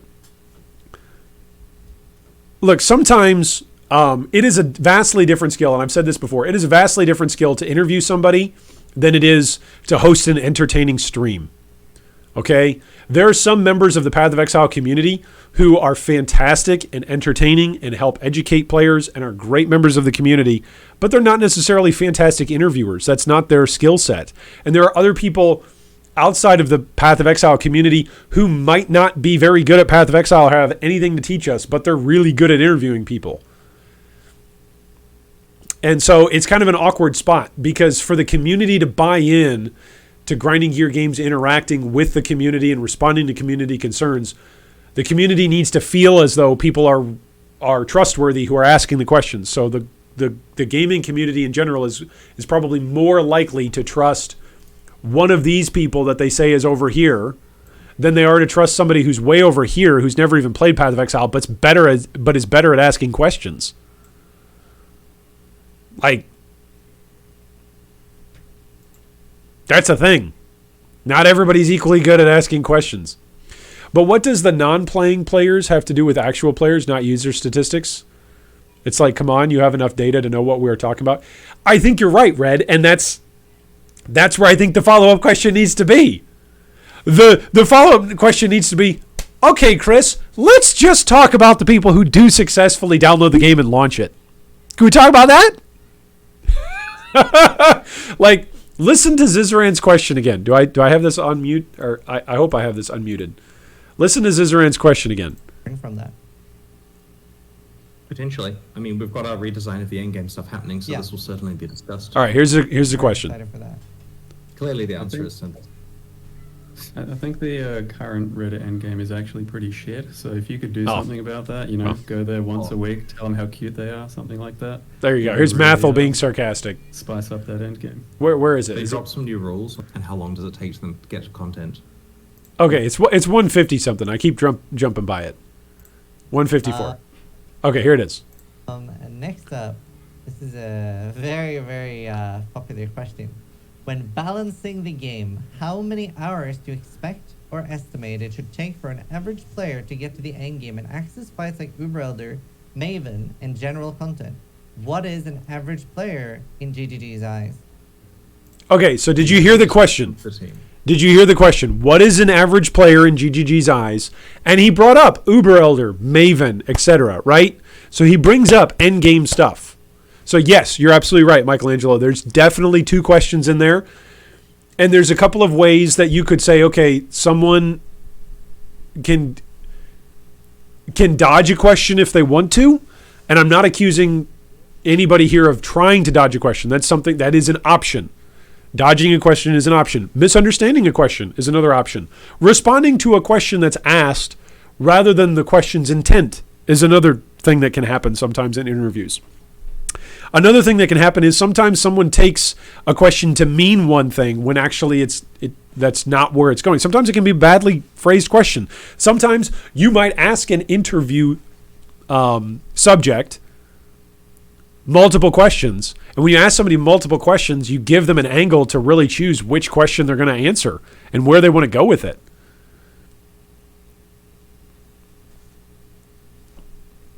So like that's the question that's asked there. And then this is how Chris responds. He goes with, well, who is average? Now, at that point, somebody should jump in and say, yeah, tell us who is average, who's playing the game and who's average. And then can you give us the hours? Because that's what the community at that point in time, I'm not saying that I'm asking that, but somebody from the community should have said, look, we want to know what's the average number of hours that you want us to play. And eventually Chris goes on to say, well, I'm sure we want the number to be high because we want player retention. Or he says something to that effect. Evan says, the fact is, if someone doesn't even finish the campaign, why do you consider him a POE player? Well, because they've got data that shows that just because you finish the campaign, maybe you're willing to spend X amount of dollars. Right? I think something that we as players sometimes forget is that there's a lot more data that Grinding Gear Games has access to than that we don't have access to. I can make all the spreadsheets in the world. It doesn't mean I have access to GGG's data. GGG, for instance, might actually say, hey, people who fit into these in the second category of all this stuff, who are less on the time, less on the skill, less on the knowledge, and less on the content, maybe those players actually generate, let's say, this amount of dollars. Let's say they generate four amount of dollar signs. But let's say this really hardcore audience over here, this super gamer, cool, awesome audience, let's say they only generate one of those dollars, or maybe two. And then let's say like this is like 2 and this is like 1. Now, this is totally skewed because I'm already messing with the data. My point is that if you're a company, you can go, hey, which of these groups is actually bringing in the most money? That's where we need to design around. That's where we need to put our emphasis on building that player base and retaining that player base. Now, we can all say, oh, well, they're artists and they're not just doing things to grab money or this, that, or the other thing. And that's fine. That can be a motivation. But you nonetheless need to factor in, hey, where are your big-time customers coming from? How do you acquire more of them? And how do you keep the ones that you've got? Every single business on the planet needs to ask those questions. Well, if it's all about the money-making, then we are effed for sure, end of story. I don't think it's all about the money-making, but it is a factor. Okay? And that's something, like, it doesn't need to be either or, folks. It doesn't need to be, well, it's all about money making or it's all about just the art. There are times where decisions will be made because they're a better financial decision. And there are times where because you've made good financial decisions, you can say, look, on this one, we're going to take a hit financially and we'll make better art. There are times where you can say this decision needs to be prioritized around the business and this decision needs to be prioritized around the art. That can happen. There's a lot of different decisions to get made on a daily basis when you're running any kind of business, let alone a business that's got more than 100 employees underneath it. So It's just an aspect. Chris did clarify that the average who did install the game doesn't even get to Brutus. Sometimes devs can address that. Sometimes they can't. Yeah, that's been our meme here throughout the day, right? That killing Brutus is a part of this. Okay, so let's listen to the rest of Chris's response. This one. The idea of what is an average player and how long does it take them to get to content. And the thing is, like, if you look at an average player of people who come to our website and are interested in the game, the average player doesn't get through the download necessarily, right? Like the average player decides halfway through they're going to go and watch Netflix. And if you look at people who actually get the game installed, the average player doesn't get to Brutus, right? This is irrelevant. We don't care about the people who just don't care enough to get to Brutus, right? So what are we caring about? The average player who gets past Brutus, they don't get to maps.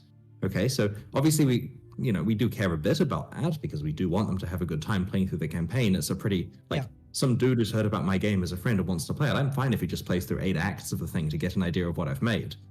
But the average player, as far as Reddit is concerned, is deep into red maps and caring a lot about the questions in here. So there are so many types of average players, and we want the game to be appropriate for everyone. And so we try to make sure that the early game, like Act 1 and stuff, is appropriate for below average players. Just randoms. Yeah, it's we're making sure it's got its teeth back in it, as we've discussed, but we do care about the fact that low skill players have to be able to play through Act 1. We make sure the mid game is appropriate for actual average players. We make sure it's possible to get to maps without having to learn everything in the world. And we want to make sure that the end game is appropriate for above average players and that the pinnacle content is appropriate for Havoc and Steel Mage, basically. We know that people aspire to go to the next tier above where they are. So a person who's just getting through Act 1, they want to be able to see the rest of the campaign and they can't quite get there. So we want to make sure the path to getting from below average to somewhat average is achievable. And all the way up the chain, we want to make sure that someone who is playing in red maps and wants to be a complete overachiever has a path to be able to, have that pinnacle content be as easy for them. So this is a bit of a non-answer, I understand. Yeah. But we care a lot about different types of players, and we want to make. Okay, I think Chris sells himself short there, or he's at least he's willing to fall on his short sword as he always is. Like he's willing to say, "Hey, this is a non-answer." I actually think it's a really good answer, and he gives us a lot in that answer.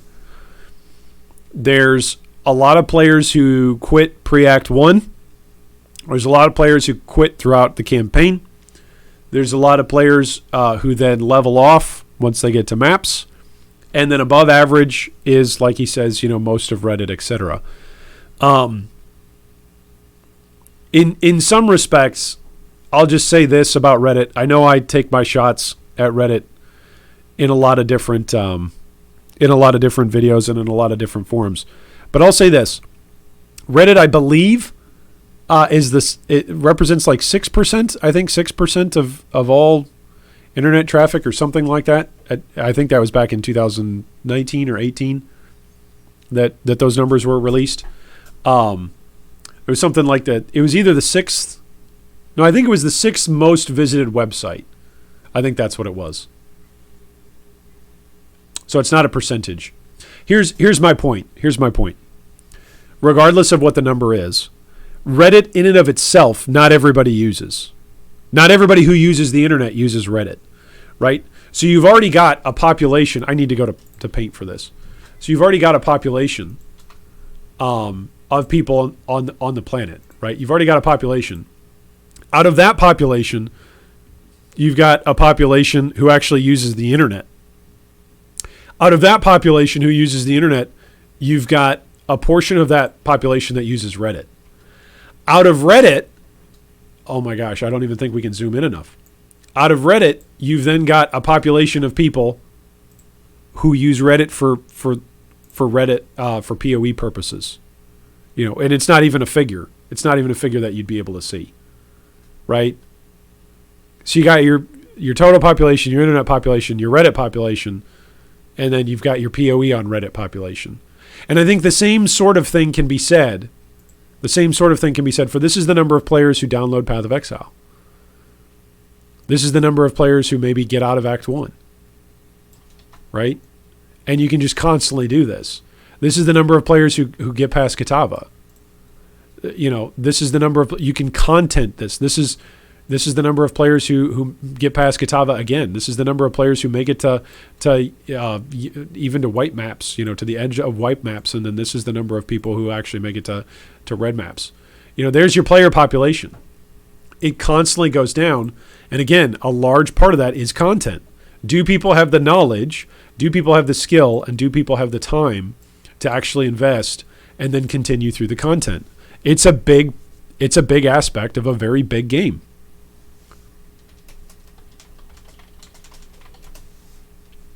It really is. It's a huge game. I don't just mean that in terms of its players. I mean in terms of the scope of things that players can do and the tiers of content and the tiers of ways that players can be grouped up based on content, based on knowledge, based on skill, based on time. It's a lot. And that's part of the reason why I want to have this discussion about what is casual in PoE or what's casual in gaming in general. And so I'm glad a lot of you have given us good quotes and good thoughts, because I think we've actually improved this a lot. I do think engagement and finances are two big things as well that need to come into play here. Siberia says, after playing for almost 3 years straight, I've come to notice that the required power curve from Axe to Maven is exponential in either cost or luck with items. The Axe are a fairly linear curve, but then you hit the exponential part when you get to maps because gaining levels aren't as impactful. Yeah, I agree with you, Siberia. Eventually you come to this realization as a player of Path of Exile. Some of you, I'm sure, will be able to articulate this better than me. But a lot of players eventually figure this out. That Path of Exile through the Axe is very linear. That this is what it's like going through the Axe. That it's somewhat steady. And I'm going to say this, and I know a lot of players disagree with me. I don't care. I'm going to keep saying it. One of the reasons why players like playing Path of Exile is actually seeing their character develop. That's not true of everybody, but a lot of players it is true. A lot of players pull up their passive tree and go, okay, I'm 3 passive points away from this keystone. Okay, I'm 1 passive point away from this other node that's really going to unlock my power. And wow, look at how monsters blow up now. It used to take me 6 hits to blow up a monster, and now it takes me 2. Oh wow, I found a new weapon upgrade. And it used to be that this boss, would take me 1.5 minutes to take down, and now I can take him down in half a minute. That linear progression and that steady, storied, step-by-step progression that's continual is something that keeps players hooked. This is what draws people into Path of Exile, folks. This right here is your Skinner box of characters. It's, if I keep going, what's the next step that I can keep opening up and keep developing and keep expanding on? It's not just the Path of Exile is a Skinner box for items and for rewards. It's a Skinner box for character building. It's okay, with the next passive point, what sort of ding and hit and adrenaline and excitement and enjoyment can I get off of this next tier of progression? And eventually what players figure out is that as you, like if this is your min-max character, this is like absolute min-max. Every single item is perfect for your entire slot. What you realize is that your levels, once your levels actually tier off, this is actually reaching like level 90. Like this is actually, your build is in its final state now in terms of the content that you're actually interacting with.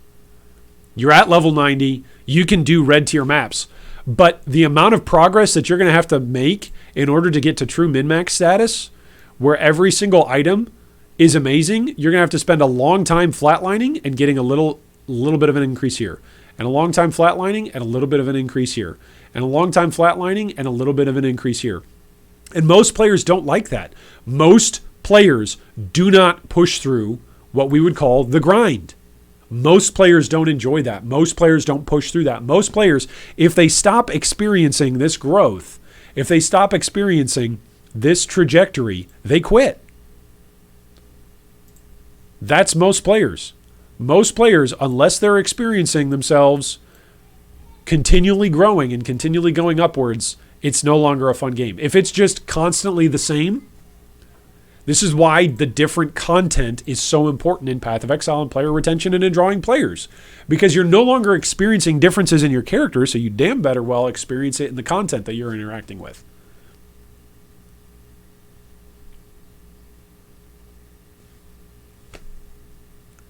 Again, a lot of players don't necessarily like that opinion, but when you look at what Chris just said about the number of players who continue and the number of players who push through and the players who min-max their characters, the above average player versus the below average player, you see that one of the differentiating factors, not to oversimplify it too much, like we said, you can oversimplify in this conversation and just say casual versus power gamer, but one of the differences in between casuals in Path of Exile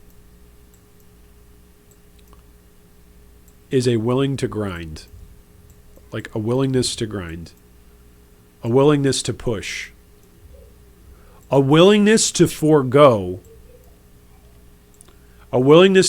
this, like this whole aspect over here, a willingness to go, you know what, I'm not going to experience any progression today, maybe at all, that's visible, that's tangible, that's an upgrade. I might not even get a drop, but I'm going to keep pushing. Because maybe in 2 days, maybe I'll ding another level. But even that level won't matter much, right? Vast majority of builds, you don't need the last, even 15 or 20 passive points. Those are all optional. Because your power at that point doesn't come from your passives. It doesn't come from your ascendancy anymore. Your power at that point comes from your skill, your knowledge, and what you've already built to that point and the unique combinations that you can get going off with all of the different aspects of your build pulling together. Siberia says, I don't feel like the 1% because I can't do certain content deathlessly or effortlessly. It's a struggle.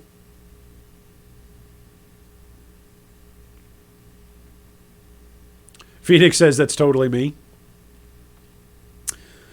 When you look at how much it costs to level to 100 safely, it's almost not possible without an economy where you grow off of other people through trades.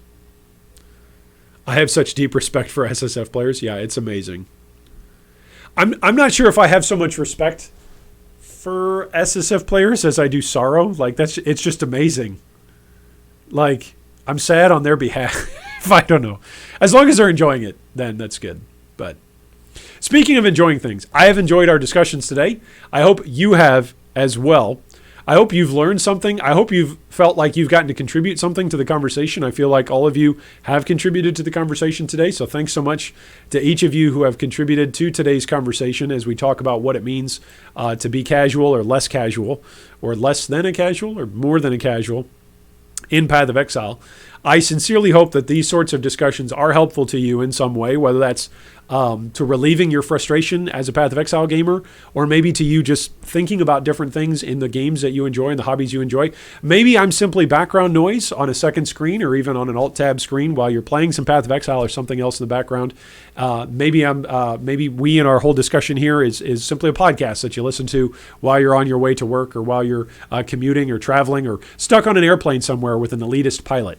Either way, I'm so glad that you were able to join us today. I've had a great time chatting about POE with every one of you, and I hope that whether you're playing Path of Exile or something else later on in today, that a Mirror of Calandra or whatever the equivalent is in the game or in your life experiences today drop indeed for you. I'm going to try to export this over to YouTube, so if you didn't catch the whole thing, you'll be able to catch it over there whenever it becomes available, and then hopefully we'll be able to, again, stream and do more discussions just like this, along with more gameplay as well in the future. So thanks so much once again for joining us today, everybody. Thanks so much for the follows and the subs, and we'll catch you next time.